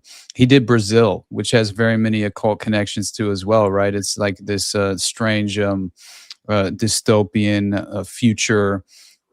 It's interesting. Really, Robert De Niro's in it, and it seems like almost 1984 sense of the Big Brother aspect of how the state plays this strange role, and I think they engage in priority abductions, basically, right? And essentially, they'll just like break into your home, abduct you from your family, and no one will ever see you again. And there's no accountability that you can engage in whatsoever as the family following up. And that's a very interesting film. Then there's another one he did called Tideland, right? Which has Jeff Bridges in it. He's like a heroin addict, but he has a little girl that he's raising, right? And basically he's got the little girl conditioned to shoot him up with heroin. Right. Oh, so that's how much of a degenerate he is he's using his young daughter she knows like the perfect science of how exactly to draw the heroin and the plunger and everything, and then she goes over. She all gets the money for this type of shit, yo. Like, think about it. Like, oh, that's great. Here, $50 million. Make that fucking shit, dude. It's like the most. It's a very dark version of Alice in Wonderland. That's what it is. You go and watch it and you realize what it truly is almost reflecting. But there's a lot of occult symbolism in that one. I'm definitely. Alice in Wonderland is in and of itself a dark story. No doubt. And it was always meant to be as well. So, I mean, it's no surprise that it ended up getting used for programming and still is used for programming today. Yeah. So yeah, I agree. I think it's almost like the Catcher in the Rye in a way. You know, it's essentially like a mind control manual. In reality, oh yeah, he did 12 Monkeys as well, right? Which I love. It's in Time Bandits, but 12 Monkeys was awesome. If you watch that, it's basically about time travel, and Bruce Willis is in it, and Brad Pitt plays this psychotic, like very interesting. He's like institutionalized and develops this. Yeah, I'm sure you guys have seen that one, but I love that movie. I think it's underrated for sure. But circle of trauma, that movie and shit. Oh, no doubt. Him seeing himself get killed as a child and shit. You know, exactly. Child seeing himself get killed as an adult and shit. Just really it's crazy, right? I mean, holy shit. But I will say it's probably one of my favorite Brad Pitt roles ever. Just as far as like, he is legitimate. He plays a great coup. He was just kind of spinning off the planet, but also like intelligent enough to hatch together this sophisticated plot in a way, right? And yeah, I enjoyed the hell out of that. But anyway, I think let's just see. I saw like what I thought was so crazy, and I think will reinforce a lot of what we've been discussing, is that just in terms of the pedophile connection, right, to just this over representation. We're seeing this far too often. And now what do we have? We have, following this major scandal in Minneapolis in regard to ICE, right? Effectively, I feel like that was a major emotion arousing violent false flag, if you want to put it that way. And that doesn't mean someone didn't die, right? But it definitely means that you need to question your reality and be very careful, because I think both sides of the political aisle are definitely being gaslit within this framework, and they're all taking the bait, right? Which fundamentally disrupts any ability to actually hold power accountable. That's just impossible. And that is why the system is structured in this way, and they rely so heavily upon this deliberate deception. But listen, I'm gonna let Rage come in. I'm gonna step out. Yeah. I was just about to ask if you had any parting words, parting thoughts. No, it's too much. You guys have brought too much for me to like. I got right on, dude. Be safe, guys. See you later. Yeah, you as well. It's basically the ICE employee, right, who was arrested in this strange operation. Oh, look at Rage. What up, dog? What up, How dude? you doing, brother? Does this look familiar? Yeah, that's the one, buddy. Yep. Hell yeah. I fucking thought so. Yeah, it's a good movie, honestly, though. I do enjoy it, but yeah, I've had this movie for so fucking long. It's insane. Right. I'm telling you, there's something about Gilliam's style. I think it's very raw. It's crazy because right. I guess I never looked into the shit, and that's with Fear and Loathing. I never looked into the director or whatever. That's like one of the movies, that and the Doors movie. I saw that on VH1 like a long time ago in high school once. Yeah, that's the reason I fucking like went balls deep into acid, because of the Doors movie and Fear and Loathing. Had no idea it was the same motherfucking guy. Well, that wasn't the same guy that did the Doors. Actually, that was Oliver Stone. The Doors is the other guy who was with the CIA. Yeah, Oliver Stone. Right. Yeah, who did JFK and Natural Born Killers? Though I do love, man, Natural Born Killers. That was a Tarantino script, though. You know, you realize that? Yeah, same Not with enough feet. What's same, interesting about Natural Born Killers is it's supposed to be a commentary on media and how it covers violence and stuff. And then there ended up being people that committed violence because of that movie. Is that before Columbine? I'm not I sure think, when yeah, it was in the I think 90s. so. Yeah, I because it think they was mentioned 94 and 95. They mentioned like watching Natural Born Killers and being Right. 94, yeah.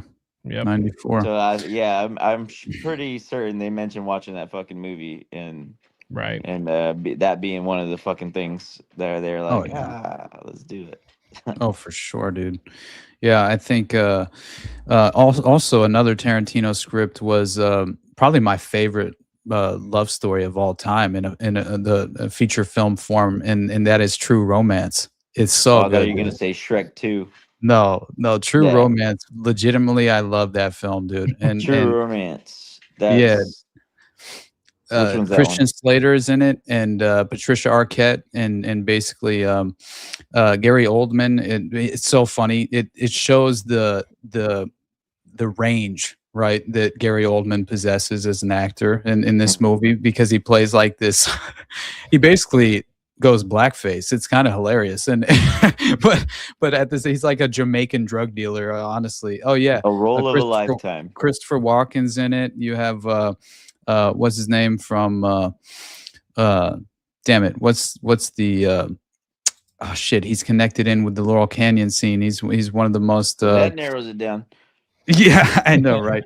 But either way, it's just oh yeah, Brad Pitt's in that one too, by the way. He plays a major stoner. He's like smoking a Gatorade bong in who's that Jewish dude with red hair that always runs off the mouth with retarded takes all the time? Seth Green? No. Damn, you guys are killing me, man. Oh my god. Yeah, he's always in the political sphere, attempting to have a hot Michael take. Rapaport or whatever. Yes, that's the one, dude. Yeah. So he's in the film as well. Stand that guy. Yeah, there used to be a show called The War at Home. Dennis Hopper. Thank you, hilarious in it. PJR. Thank you. Yeah, Dennis Hopper plays Christian Slater's father, and he has this, honestly, this legendary scene with Christopher Walken as this Sicilian mob leader, essentially, or at least like one of the members of the higher upper echelon of the criminal syndicate organization or whatever, and they just have this incredible sequence of dialogue. It's phenomenal, and it's basically Dennis Hopper's character. Well, I won't ruin it, honestly, but dude, go check it out. It's one of my favorite films ever made. True Romance confused with American Beauty. That's the one with Oh God, Kevin. I don't know why I get them fucking confused, but dude, that freaked me out when I watched that, and that's the same director. But still, it's crazy. I mean, it's very well directed, but yeah, totally normalizing that in a certain way, as far as engaging in essentially underage sexual assault, in my opinion, right? But I don't know. It was a different time. Yeah, but Kevin Spacey, meanwhile, is out there like doing some strange dance for the Zionists out in Israel before he's welcomed like back into the how clique. broke can this motherfucker be? Like, it's so crazy. bad. I saw something today. It was like about Mr. Beast, and he's like saying, "What was it?" Basically, I can't think of the whole fucking thing, but he's like, "I'm borrowing money." Everyone says, "But you're a millionaire." He's like, "That's net worth. I'm literally borrowing money." And God. shit like that. But I was thinking, and I guess it's pretty. It's probably truer than most people think as far as like celebrities, and that's why they do all that dumb bullshit all the time. And that's the same with what I recognize it more closely to, because that's just what I've been noticing for the longest time is like musicians and the record labels, and it's like, especially watching MTV Cribs growing up. And you're like, then finding out they just fucking rent out most of those houses. Like, there's not the fucking real houses. Like 50 Cent. Yeah, and it's just like that's why record label Redman just gives you stuff, and you. That's why Redman's episode. Yeah, was his. so I great. remember watching Redman and his apartment, and I was like, man, this is bullshit. This is fucking boring. I don't want to see this. It's a fucking bullshit ass apartment. And I was like, and realizing now, I was like, man, I was like fucking indoctrinated in I don't want to see a normal fucking house. I want to see the crazy Right. bullshit. Open your fucking fridge and show me all the vitamin water all organized like a motherfucker. Like who in the fucking right mind ever has their fridge and like some shit like that? Like, all right, looking back on it now, it's crazy. Rage, what do you say? Which one would you choose as far as should we discuss Operation Creep and an ICE agent who's now an arrested and out, at least was outed as a pedophile, right? Who had solicited sex from a minor in a sex sting known as Operation Creep. An ICE agent who said, "I'm ICE, boys," when he got arrested, dude. I swear to God. Like it's some friend, like he's like his last name's Clinton or something. Hey, whoa. It's just so crazy. And so we have that, or we could discuss the U.S. The sonic weapon used on Venezuelan troops that may cause them to bleed at the ears. I would think because the ICE one is kind of a dime a dozen if you think about it. Like that could fucking happen tomorrow again. It's probably happening right fucking now. I know, man. I just felt like the only if reason. we have time, we'll like go. But the when I saw that shit, I was like, oh, you got to be shitting me with the fucking sending. That's what was it in Cuba where they did the same thing and everyone had fucking headaches? Well, was it in Cuba? Havana syndrome. Yeah, Havana syndrome. Yep. It's like, dude, this is a fucking. I mean, by now, yeah, they could probably make it like that South Park episode where they do the brown noise and everyone shits their pants. Like that's real, by the way. That's dude, real. That just happened in the Naked Gun, basically, as well, right? The new Naked Gun. Did you watch it? Dude, I watched it just because the new one is Sam and Brad. hilarious. It was very funny. It was I'm very surprised, unless anyone knows it's on any streaming things. I have yet to find it. Paramount. I think it's on like Amazon or something. I don't know. I can't remember now. It's on Paramount. Well, oh, shit. that's my it. son's That's mom it, yeah. stopped paying for everything, so I'm fucked. Real quick before we move on too far, this is exactly what I was talking about. Oh God. So I remember this now. I've seen this. And it was great. This is like when I found out Bob Saget was like a dirty comic. Yeah. Mm-hmm. Well, and he's more than a dirty comic. Still a younger. Yeah, I'm 30, but like this, you're just like the Full House guy, but this dude was a dirty motherfucker. We picked Bob Saget, who raped and killed a girl in 1990. Dude, he's just telling the truth. That Bob Saget raped and killed a girl in 1990. Half an hour a week. Wow, he's really pedophiles laughing. off the street.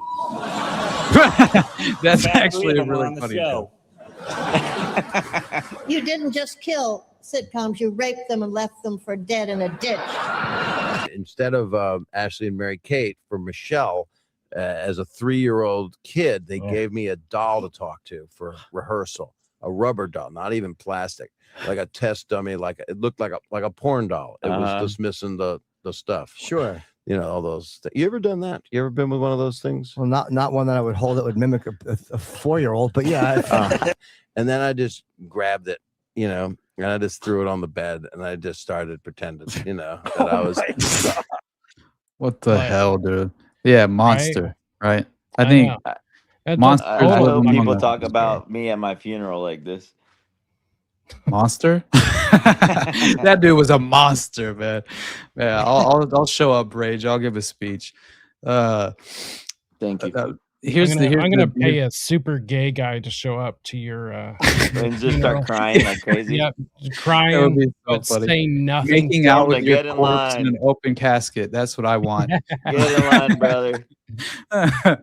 So here's the hilarious, right? I think it was you, right, Rage, that linked to the breaking news of the powerful mystery weapon that brought Venezuelan soldiers to their knees, bleeding through the nose and vomiting blood during the raid to capture And Nicolas that's all Maduro. they admitted. I'm sure there's more. I know. So I looked into it briefly just to, gain a little bit of a window into. I was trying to provide myself with some more context in terms of apparently there's additional basically coverage and media attention that I think it was even it was more than just CNN, obviously, but there were I think it was an article from The Hill that I pulled that talks about how Biden's Pentagon secretly purchased this device that was linked to Havana syndrome. And that is so this is directly connected. Like, in no way was it just like well, it sounds like Havana syndrome, even though that's literally what we said. That was my first thought, dude. Exactly, the first thing that we thought as well. And I think it was on like Sunday night, me and Sam and Brad, we had the exact same conversation, right? And then look what we've come to find out, right? Yeah. Essentially, there's a direct connection into the Havana syndrome, and so if you look through, though, U.S. used sonic weapon on Venezuelan troops, and I think the report was originally shared by Leave It, apparently, which is interesting. But this is witness accounts from certain troops from Venezuela, and basically one of them claiming that it was during the mission that they basically utilized this sonic weapon warfare to incapacitate the opposition forces. And so Press Secretary Caroline Leavitt says she was the one who shared the eyewitness interview on X, right? And I wonder where she's from. Well, she's the current White House press secretary, right? So it's like, interesting that she's using her X account to encourage her followers to read this statement, right? Does she celebrate Christmas? Who knows, bud? Who knows? But the witness in the interview, though, stop it, guys. So the witness in the interview claims to be a guard who was serving at the Caracas military base where the U.S. captured Maduro. He says, "We were on guard, but suddenly all our radar systems shut down without any explanation." The witness said the next thing we saw were drones, a lot of drones, flying over our positions. We didn't know how to react. The witness then described watching roughly 20 U.S. soldiers deploy out of roughly 8 helicopters over the base. And he says they were technologically very advanced, the guard said. They didn't look like anything we fought against before. We were hundreds. Yeah, we were hundreds, but we had no chance. He said they were shooting with such precision and speed. It felt like each soldier was firing 300 rounds per minute. What the fuck happened here? It sounds like I'm like half. This is bullshit, like propaganda, like saying like, oh, don't fuck with the U.S. They got this like crazy type shit. But also, I totally believe the supersonic bullshit, like crazy Havana syndrome. I believe that for sure. I don't know how much of the fucking these guys are coming out and these, but then shit, fuck what it could also totally plausible. So but like it sounds like scare tactics, right? So the way they actually, go ahead, Jake. Sorry, I have a document because I'm always searching all of this stuff here in Utah, right? Because like I said, but I'm taller. And I found a document. It's a research document that came out of the University of Utah back in the early 2000s.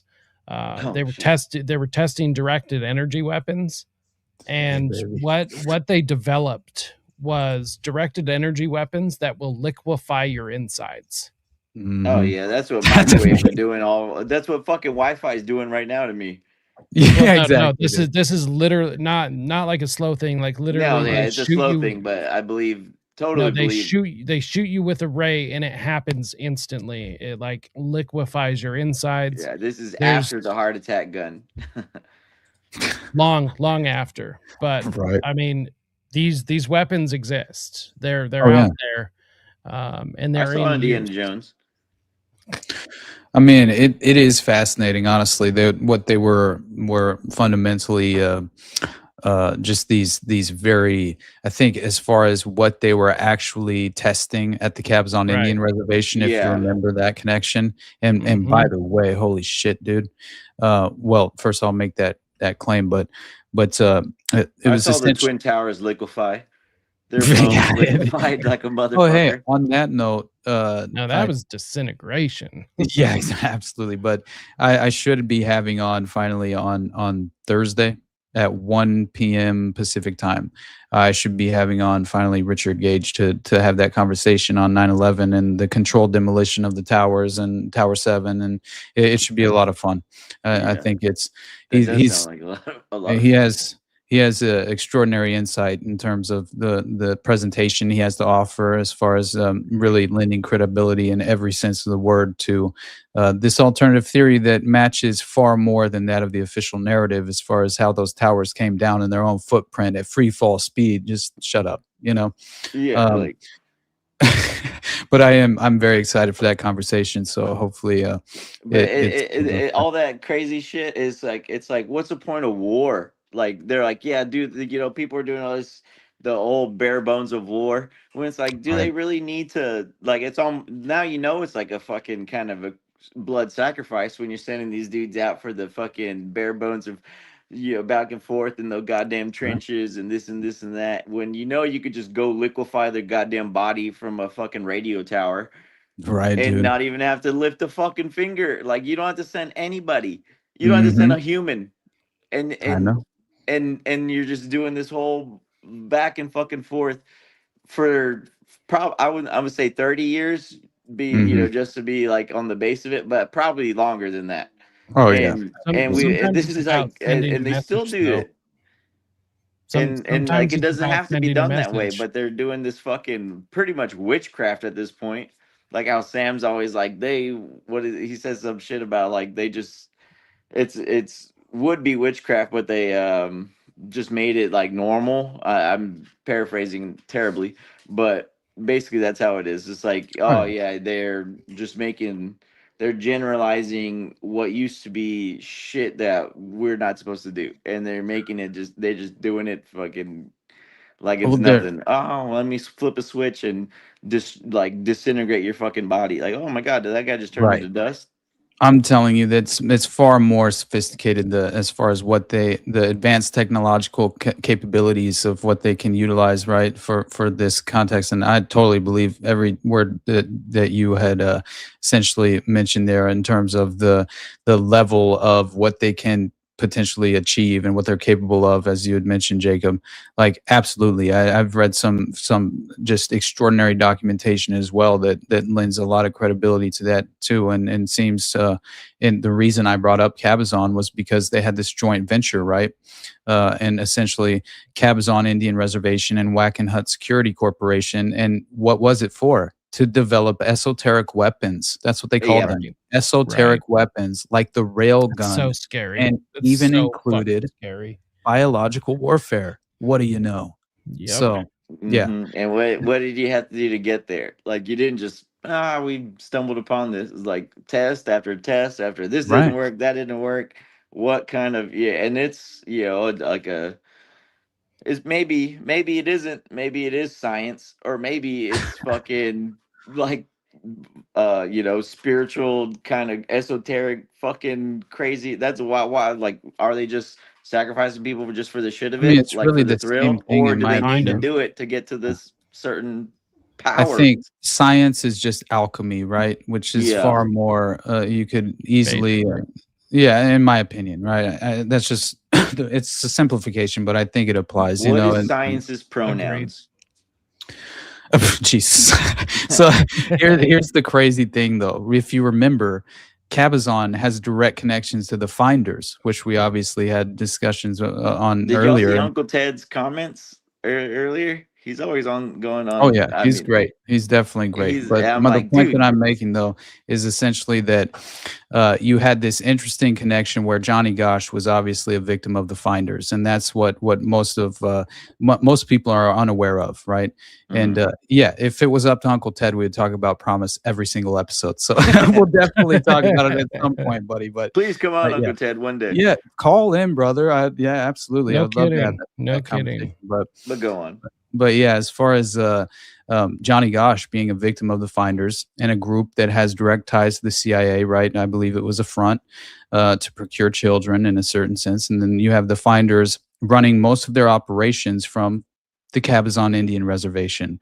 There was human trafficking allegedly going on there, and they were even involved apparently where others were turning a blind eye to those activities, basically. But they were working for Whack and Hunt on the reservation, engaging in basically doing biological weapons is what they were effectively manufacturing as well. Plus, if it was up to Michael Riconosciuto, I believe that's where he claims they implemented the back door into Promise, right? And was at the Cabazon Indian Reservation, which blew me away when I found that connection, right?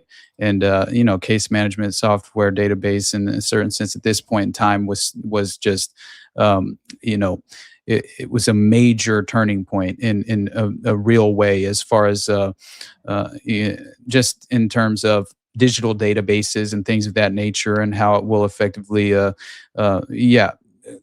least allow them to, I think, implement far more control than prior to that moment, right? And I think that or that turning point, I guess, is the best way to say it. But yeah, if you look at the other connections there from the MPD intelligence files, this report from 91 about an apparent pedophile ring at the Finder's warehouse providing children to diplomats, which mentions numerous well-dressed males who operate rental cars and expensive luxury type models entering the building in the late night and early morning, adult males with a young male child entering the building, a van which was stopped right as it was leaving the building and was driven by a man who claimed to have babysat children for diplomats, even though the neighborhood was, quote, not fit for babysitting activity.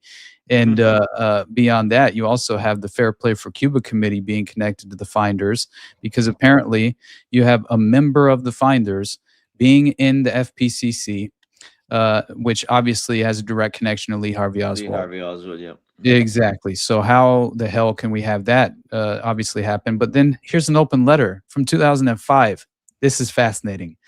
This alleges that apparently this Sid Seymour, this doctor, right? Dr. Seymour or Seymour, I'm not certain how to pronounce his name, but he was a high-ranking Finders member and also a Temple of Set worshiper. Did you know this? This guy, renowned and well-respected investigative reporter, apparently from Virginia, named McCullough, right? He essentially helped discover that individuals who wish to remain unidentified have said that Dr. Sid Seymour, a high-ranking member of a CIA-sanctioned child molestation ring called the Finders, and also a senior member of the Order of the Trapezoid, which was something I was unaware of until I discovered these connections here. And it's basically, it consists of worshipers of the Temple of Set. And this is, of course, consistent with what Michael Riconosciuto had to say as well, and the testimony of Dr. Seymour, which allegedly allowed, or at least exposed the fact that he was working on these illegal biological warfare research at Cabazon for the CIA and U.S. intelligence groups in Indio, California in 1982. So it all fits, right? It all fits. And Riconosciuto, the last point there, he says, so he named the doctor as being involved in the research and production of the biological weapons in Indio in the 80s. And Seymour is a PhD, agricultural, biological chemicals, apparently was in military intelligence for the Army during the Korean War. Very fitting, right? Relatives stated he was a covert operator with a high security clearance. He spent a great deal of time in Germany.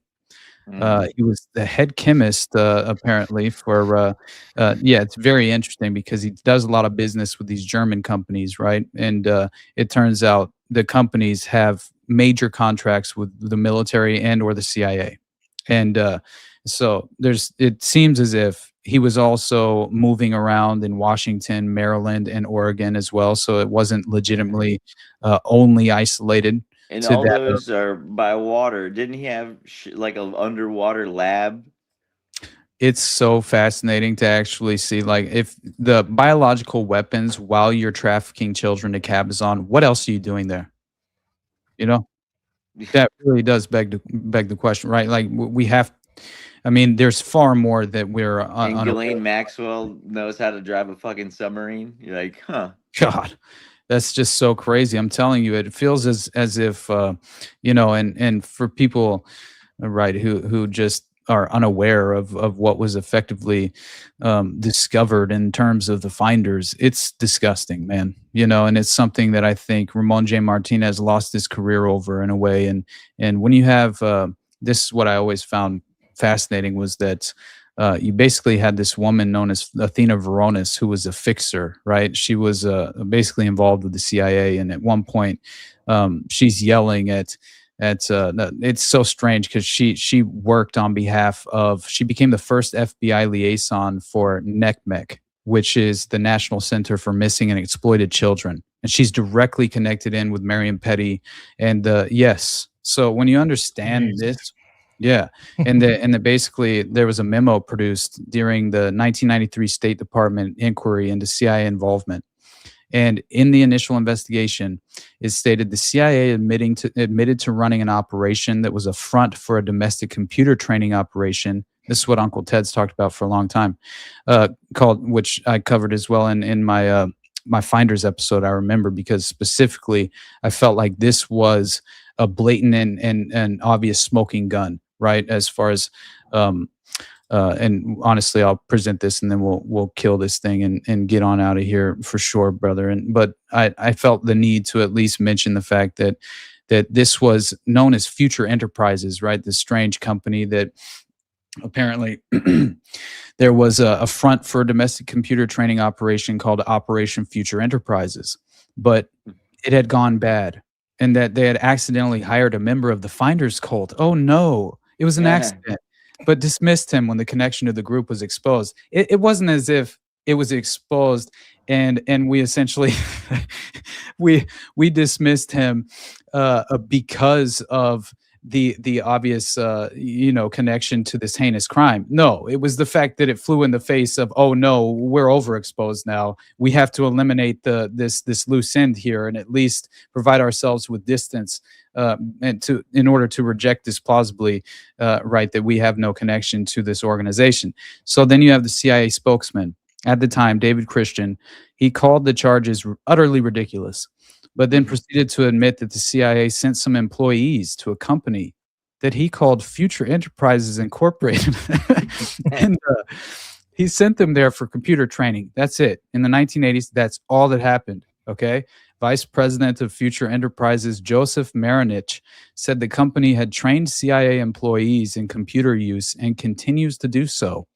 And he also admitted that one prominent Finders member named Robert Gardner Terrell, or Tobe Terrell, even owned one of the raided properties and was a former IRS employee and happened to work for the company Future Enterprises before he was let go in February 1987, which happens to coincide with the exact same time the arrest took place in Tallahassee, Florida. So then Tobe Terrell later authors a book called The Game Caller. And what does he do? He implicates the FBI. He implicates an FBI agent by the name of Athena Veronis, which I had just mentioned, as, quote, the fixer, largely responsible for the cover-up. She was also the woman and FBI agent that the character Clarice Starling was loosely based on in the film Silence of the Lambs, mind you. In his book, Tobe Terrell claims that FBI agent Athena Veronis met with him downstairs at the Future Enterprises office and told him, quote, "We're going to put a lid on this thing." She would later be the very authority who completely denounced Ramon J. Martinez and the U.S. Customs documents, claiming that Agent Martinez had made all of it up. This is this is where the claim came from, to completely discredit him, and so claimed he completely made it up, falsifying evidence in a selfish, self-serving effort to achieve a potential promotion. And this is when she conveniently becomes the first FBI liaison for NCMEC. And just so happened to be named Athena. Athena, exactly. It's disgusting when you realize this is in no way disjointed in terms of being directly tied in with that of the CIA. And this is an intelligence cutout. It's a front for procuring children. This is why they were promoting themselves in babysitting services and gaining intelligence on well. Is that my what the hell was that sound? I don't even know. All right. I feel like calls dropping. Oh, okay. Well, I shutting feel that like down. there's really no better time than now to probably pull the plug on this, though. Yeah. Well, I was just gonna say because we were talking about the Fear and Loathing and Hunter S. Thompson, and then how he has like that one quote about autumn, and he's like, autumn is always a time of fear and greed and hoarding for the winter coming on. Debt collectors are active on old people and fleece the weak. They want to lay in enough cash to weather the known horrors of January and February. There is always a rash of kidnapping and abductions of school children in the football months. Right. It just keeps going on, but he's just like talking about, and it's which is kind of fitting in as far as the children being fucking taken and going into knowing about what he knew or what I guess what he covered or what he's been into. And I grew up kind of like a fan of it, just not knowing now it's like, well, shit, fuck, anybody could be a bad person, but I guess the little insight that he gave us into anything, I mean, is better than I what was most too, do. buddy. Yeah, I was too. I was I think my very first episode of the entire podcast, I ended with Dr. Gonzo himself, Hunter S. Thompson, and a quote. A quote. I was gonna say tweet and then quote. I don't know why, but either way. But I ended it with a quote, right? As far as these two quotes from Hunter specifically, where he basically said, "Politics is the art of controlling your environment," and he also said, "I learned a long time ago that reality was much weirder than anyone's imagination." And I just felt like absolutely, there's nothing better than helping just evoke that statement in a way. But obviously, yeah, Hunter S. Thompson's a degenerate. I'm in no way But and for defending better his or for worse, character. it's like you had to be, I guess, that deep into it to be that insightful about it. So Exactly. it's Yeah. like there's I guess the silver lining of it is that he at least told us something about it, regardless. Fuck it, I don't know, whatever, if he was a bad person or not, but at least he said something in a way. Right. Yeah, and I think, but again, as we all know by now, Hunter S. Thompson worked as a groundskeeper at the Esalen Institute in Big Sur, California during the 1960s. This is Tavistock 2.0. Talk about social engineering at levels you couldn't comprehend potentially, and helping legitimately stoke the really the hippie movement in a certain way, right? Which is what I believe they were fundamentally behind it, and also I think this is a period within the 1960s that directly influenced his writing style and helped him develop the gonzo journalism, a unique style of his, which I always found to be one of my favorite styles of writing to read. Honestly, I enjoyed it, but so it just very interesting because this is all connected back into the human potential movement, right? And this alternative, it's very much new age, in every sense of the word. And I think this is how they implement and really the social engineering nature of the new age esoteric ideological system of control. And I think that is what we're all enduring. We're essentially we're priority targets in terms of dissident voices, and just as far as our philosophy in life. I mean, they hope to degrade our ability to engage in reality and also bring us down to this immoral and unethical level to join them in their cause and help facilitate this dystopian outcome, and in every way push back. Both sides in Minneapolis look like shit. Okay. Yeah. Don't It's embarrassing either way. Yeah, be objective for once in your life and reject the ideology, and find yourself some common ground, because most people mean well in the general public, as far as I'm concerned, and are just unfortunately vulnerable and naive enough to be taken for that proverbial ride. So try and find that common ground more than escalate tension and push division, because what are you accomplishing? You're only facilitating this very totalitarian philosophy that we should all inherently reject. Like either way, it's like yeah, that especially if they're pushing it like crazy. You're like, they're forcing and they're pushing the shit out of like, look at this, look at that, and to have you like be so abrasive one way or the other, not and pick a side of the government or being like a fucking like I was saying earlier. I was like, man, they really make fighting against government overreach look super gay, and you're like, I don't want to, now all the shit I was talking mad shit about, the people I was talking mad shit about hate the government in this piece. I don't want to support that. You kind of, everyone's just back and forth talking shit about each other. And it's like, man, we're really not each other's enemies. But it's like so perfectly, drawn up. It's we just have a simulation. Yeah, we share a common enemy. That's for damn sure. And it is, ultimately the state and the political puppets within the framework of the theater and the pageantry that they use against us at every level through the bipartisan delusion. But we better wrap, brother. I love you, Rage. I appreciate you as always. I saw this sorry, I fucking but was one I saw this Kathy O'Brien quote earlier, and it said, mind control slaves were allowed any drug except marijuana. The I effects saw of that marijuana too, on the brain are not conductive to mind control because it actually opens neuron pathways in the brain. It Go expands smoke all the thought. weed. And I Rage. was like, I don't smoke weed anymore, but shit, I fucking probably smoked like the stupidest You amount have for the to longest time. resist MK Ultra. Yeah, and Oh, that's I'm so glad I funny. did it then, and now all the government weed's all fucking stupid. Right. Hey man, that George some food Soros for weed, thought. son. Yeah, that George Yeah. Soros weed. All right. Fucking A. I got nothing but love for you, Rage, man. I appreciate you as I love always. y'all too, man. Hell yeah.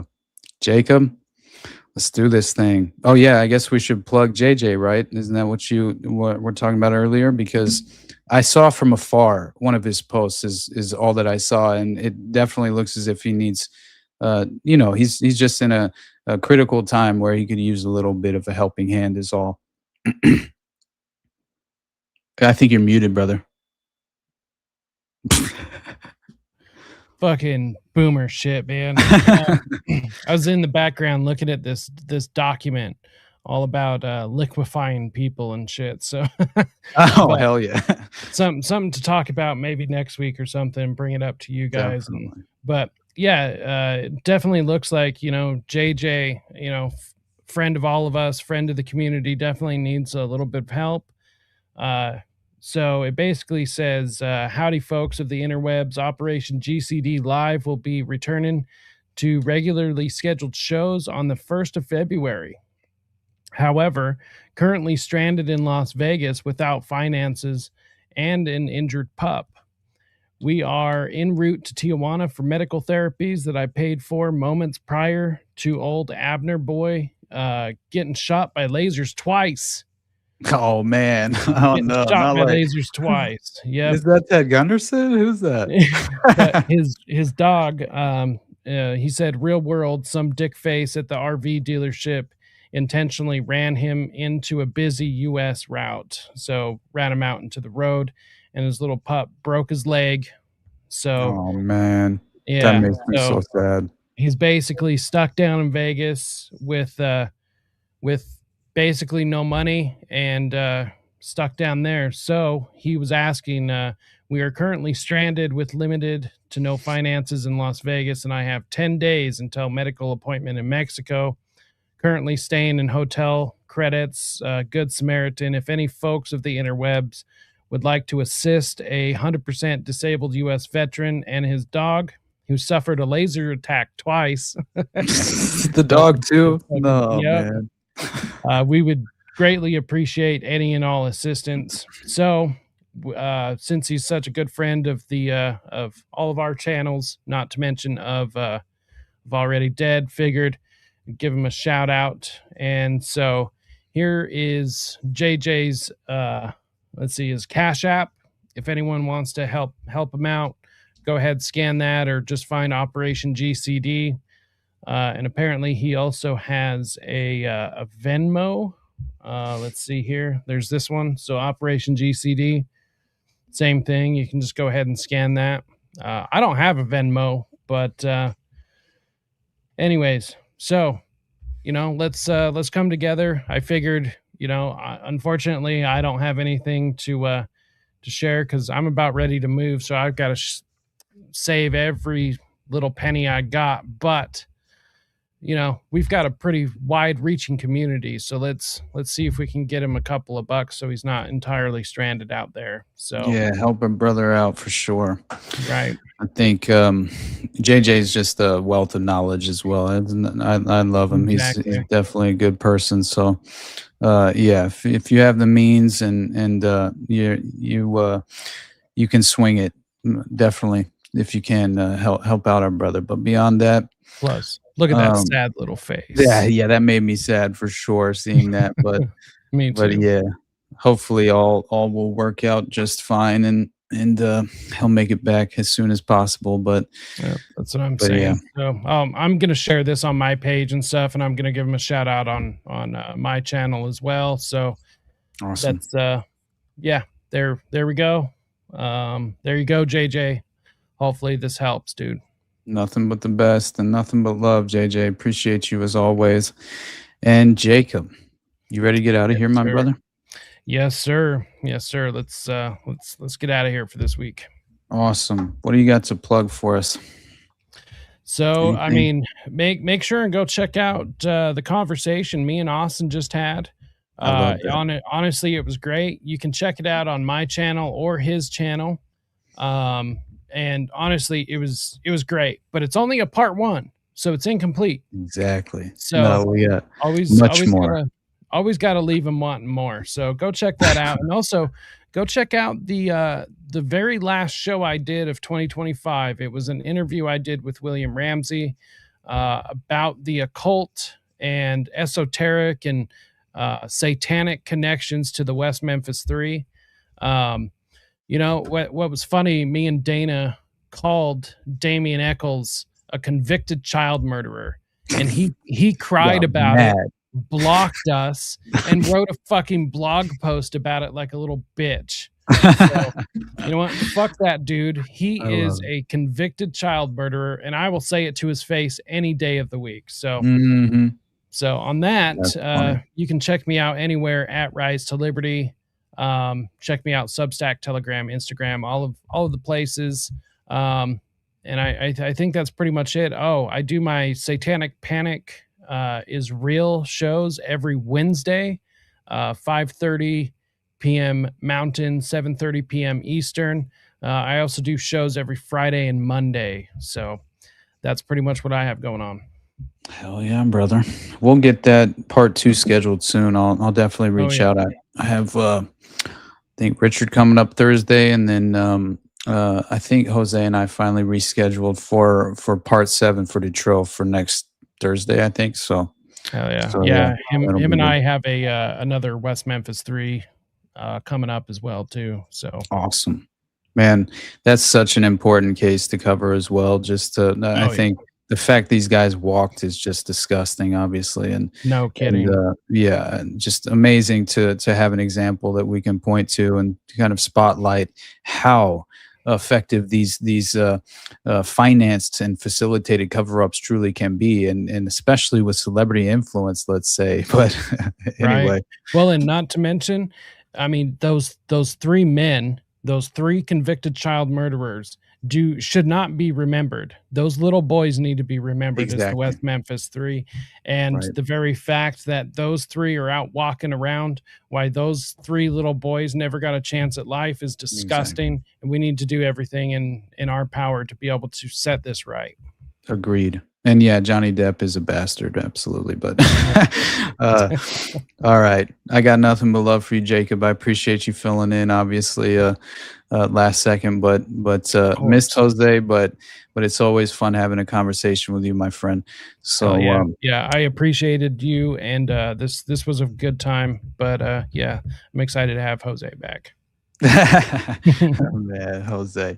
All right, definitely send Jose some love as well. But beyond that, check out the Underclass podcast. I think it was episode 40 of whatever this is, just published Monday, I believe, is when I finally published it. But and then yeah, beyond that, tune in to the Thursday 1 p.m. Pacific time, hopefully, unless something comes up and Richard can't make it. But otherwise, it should be a lot of fun discussing some 9/11. So subscribe to the YouTube. Cool. I know, man. I'm really excited to have a conversation with him.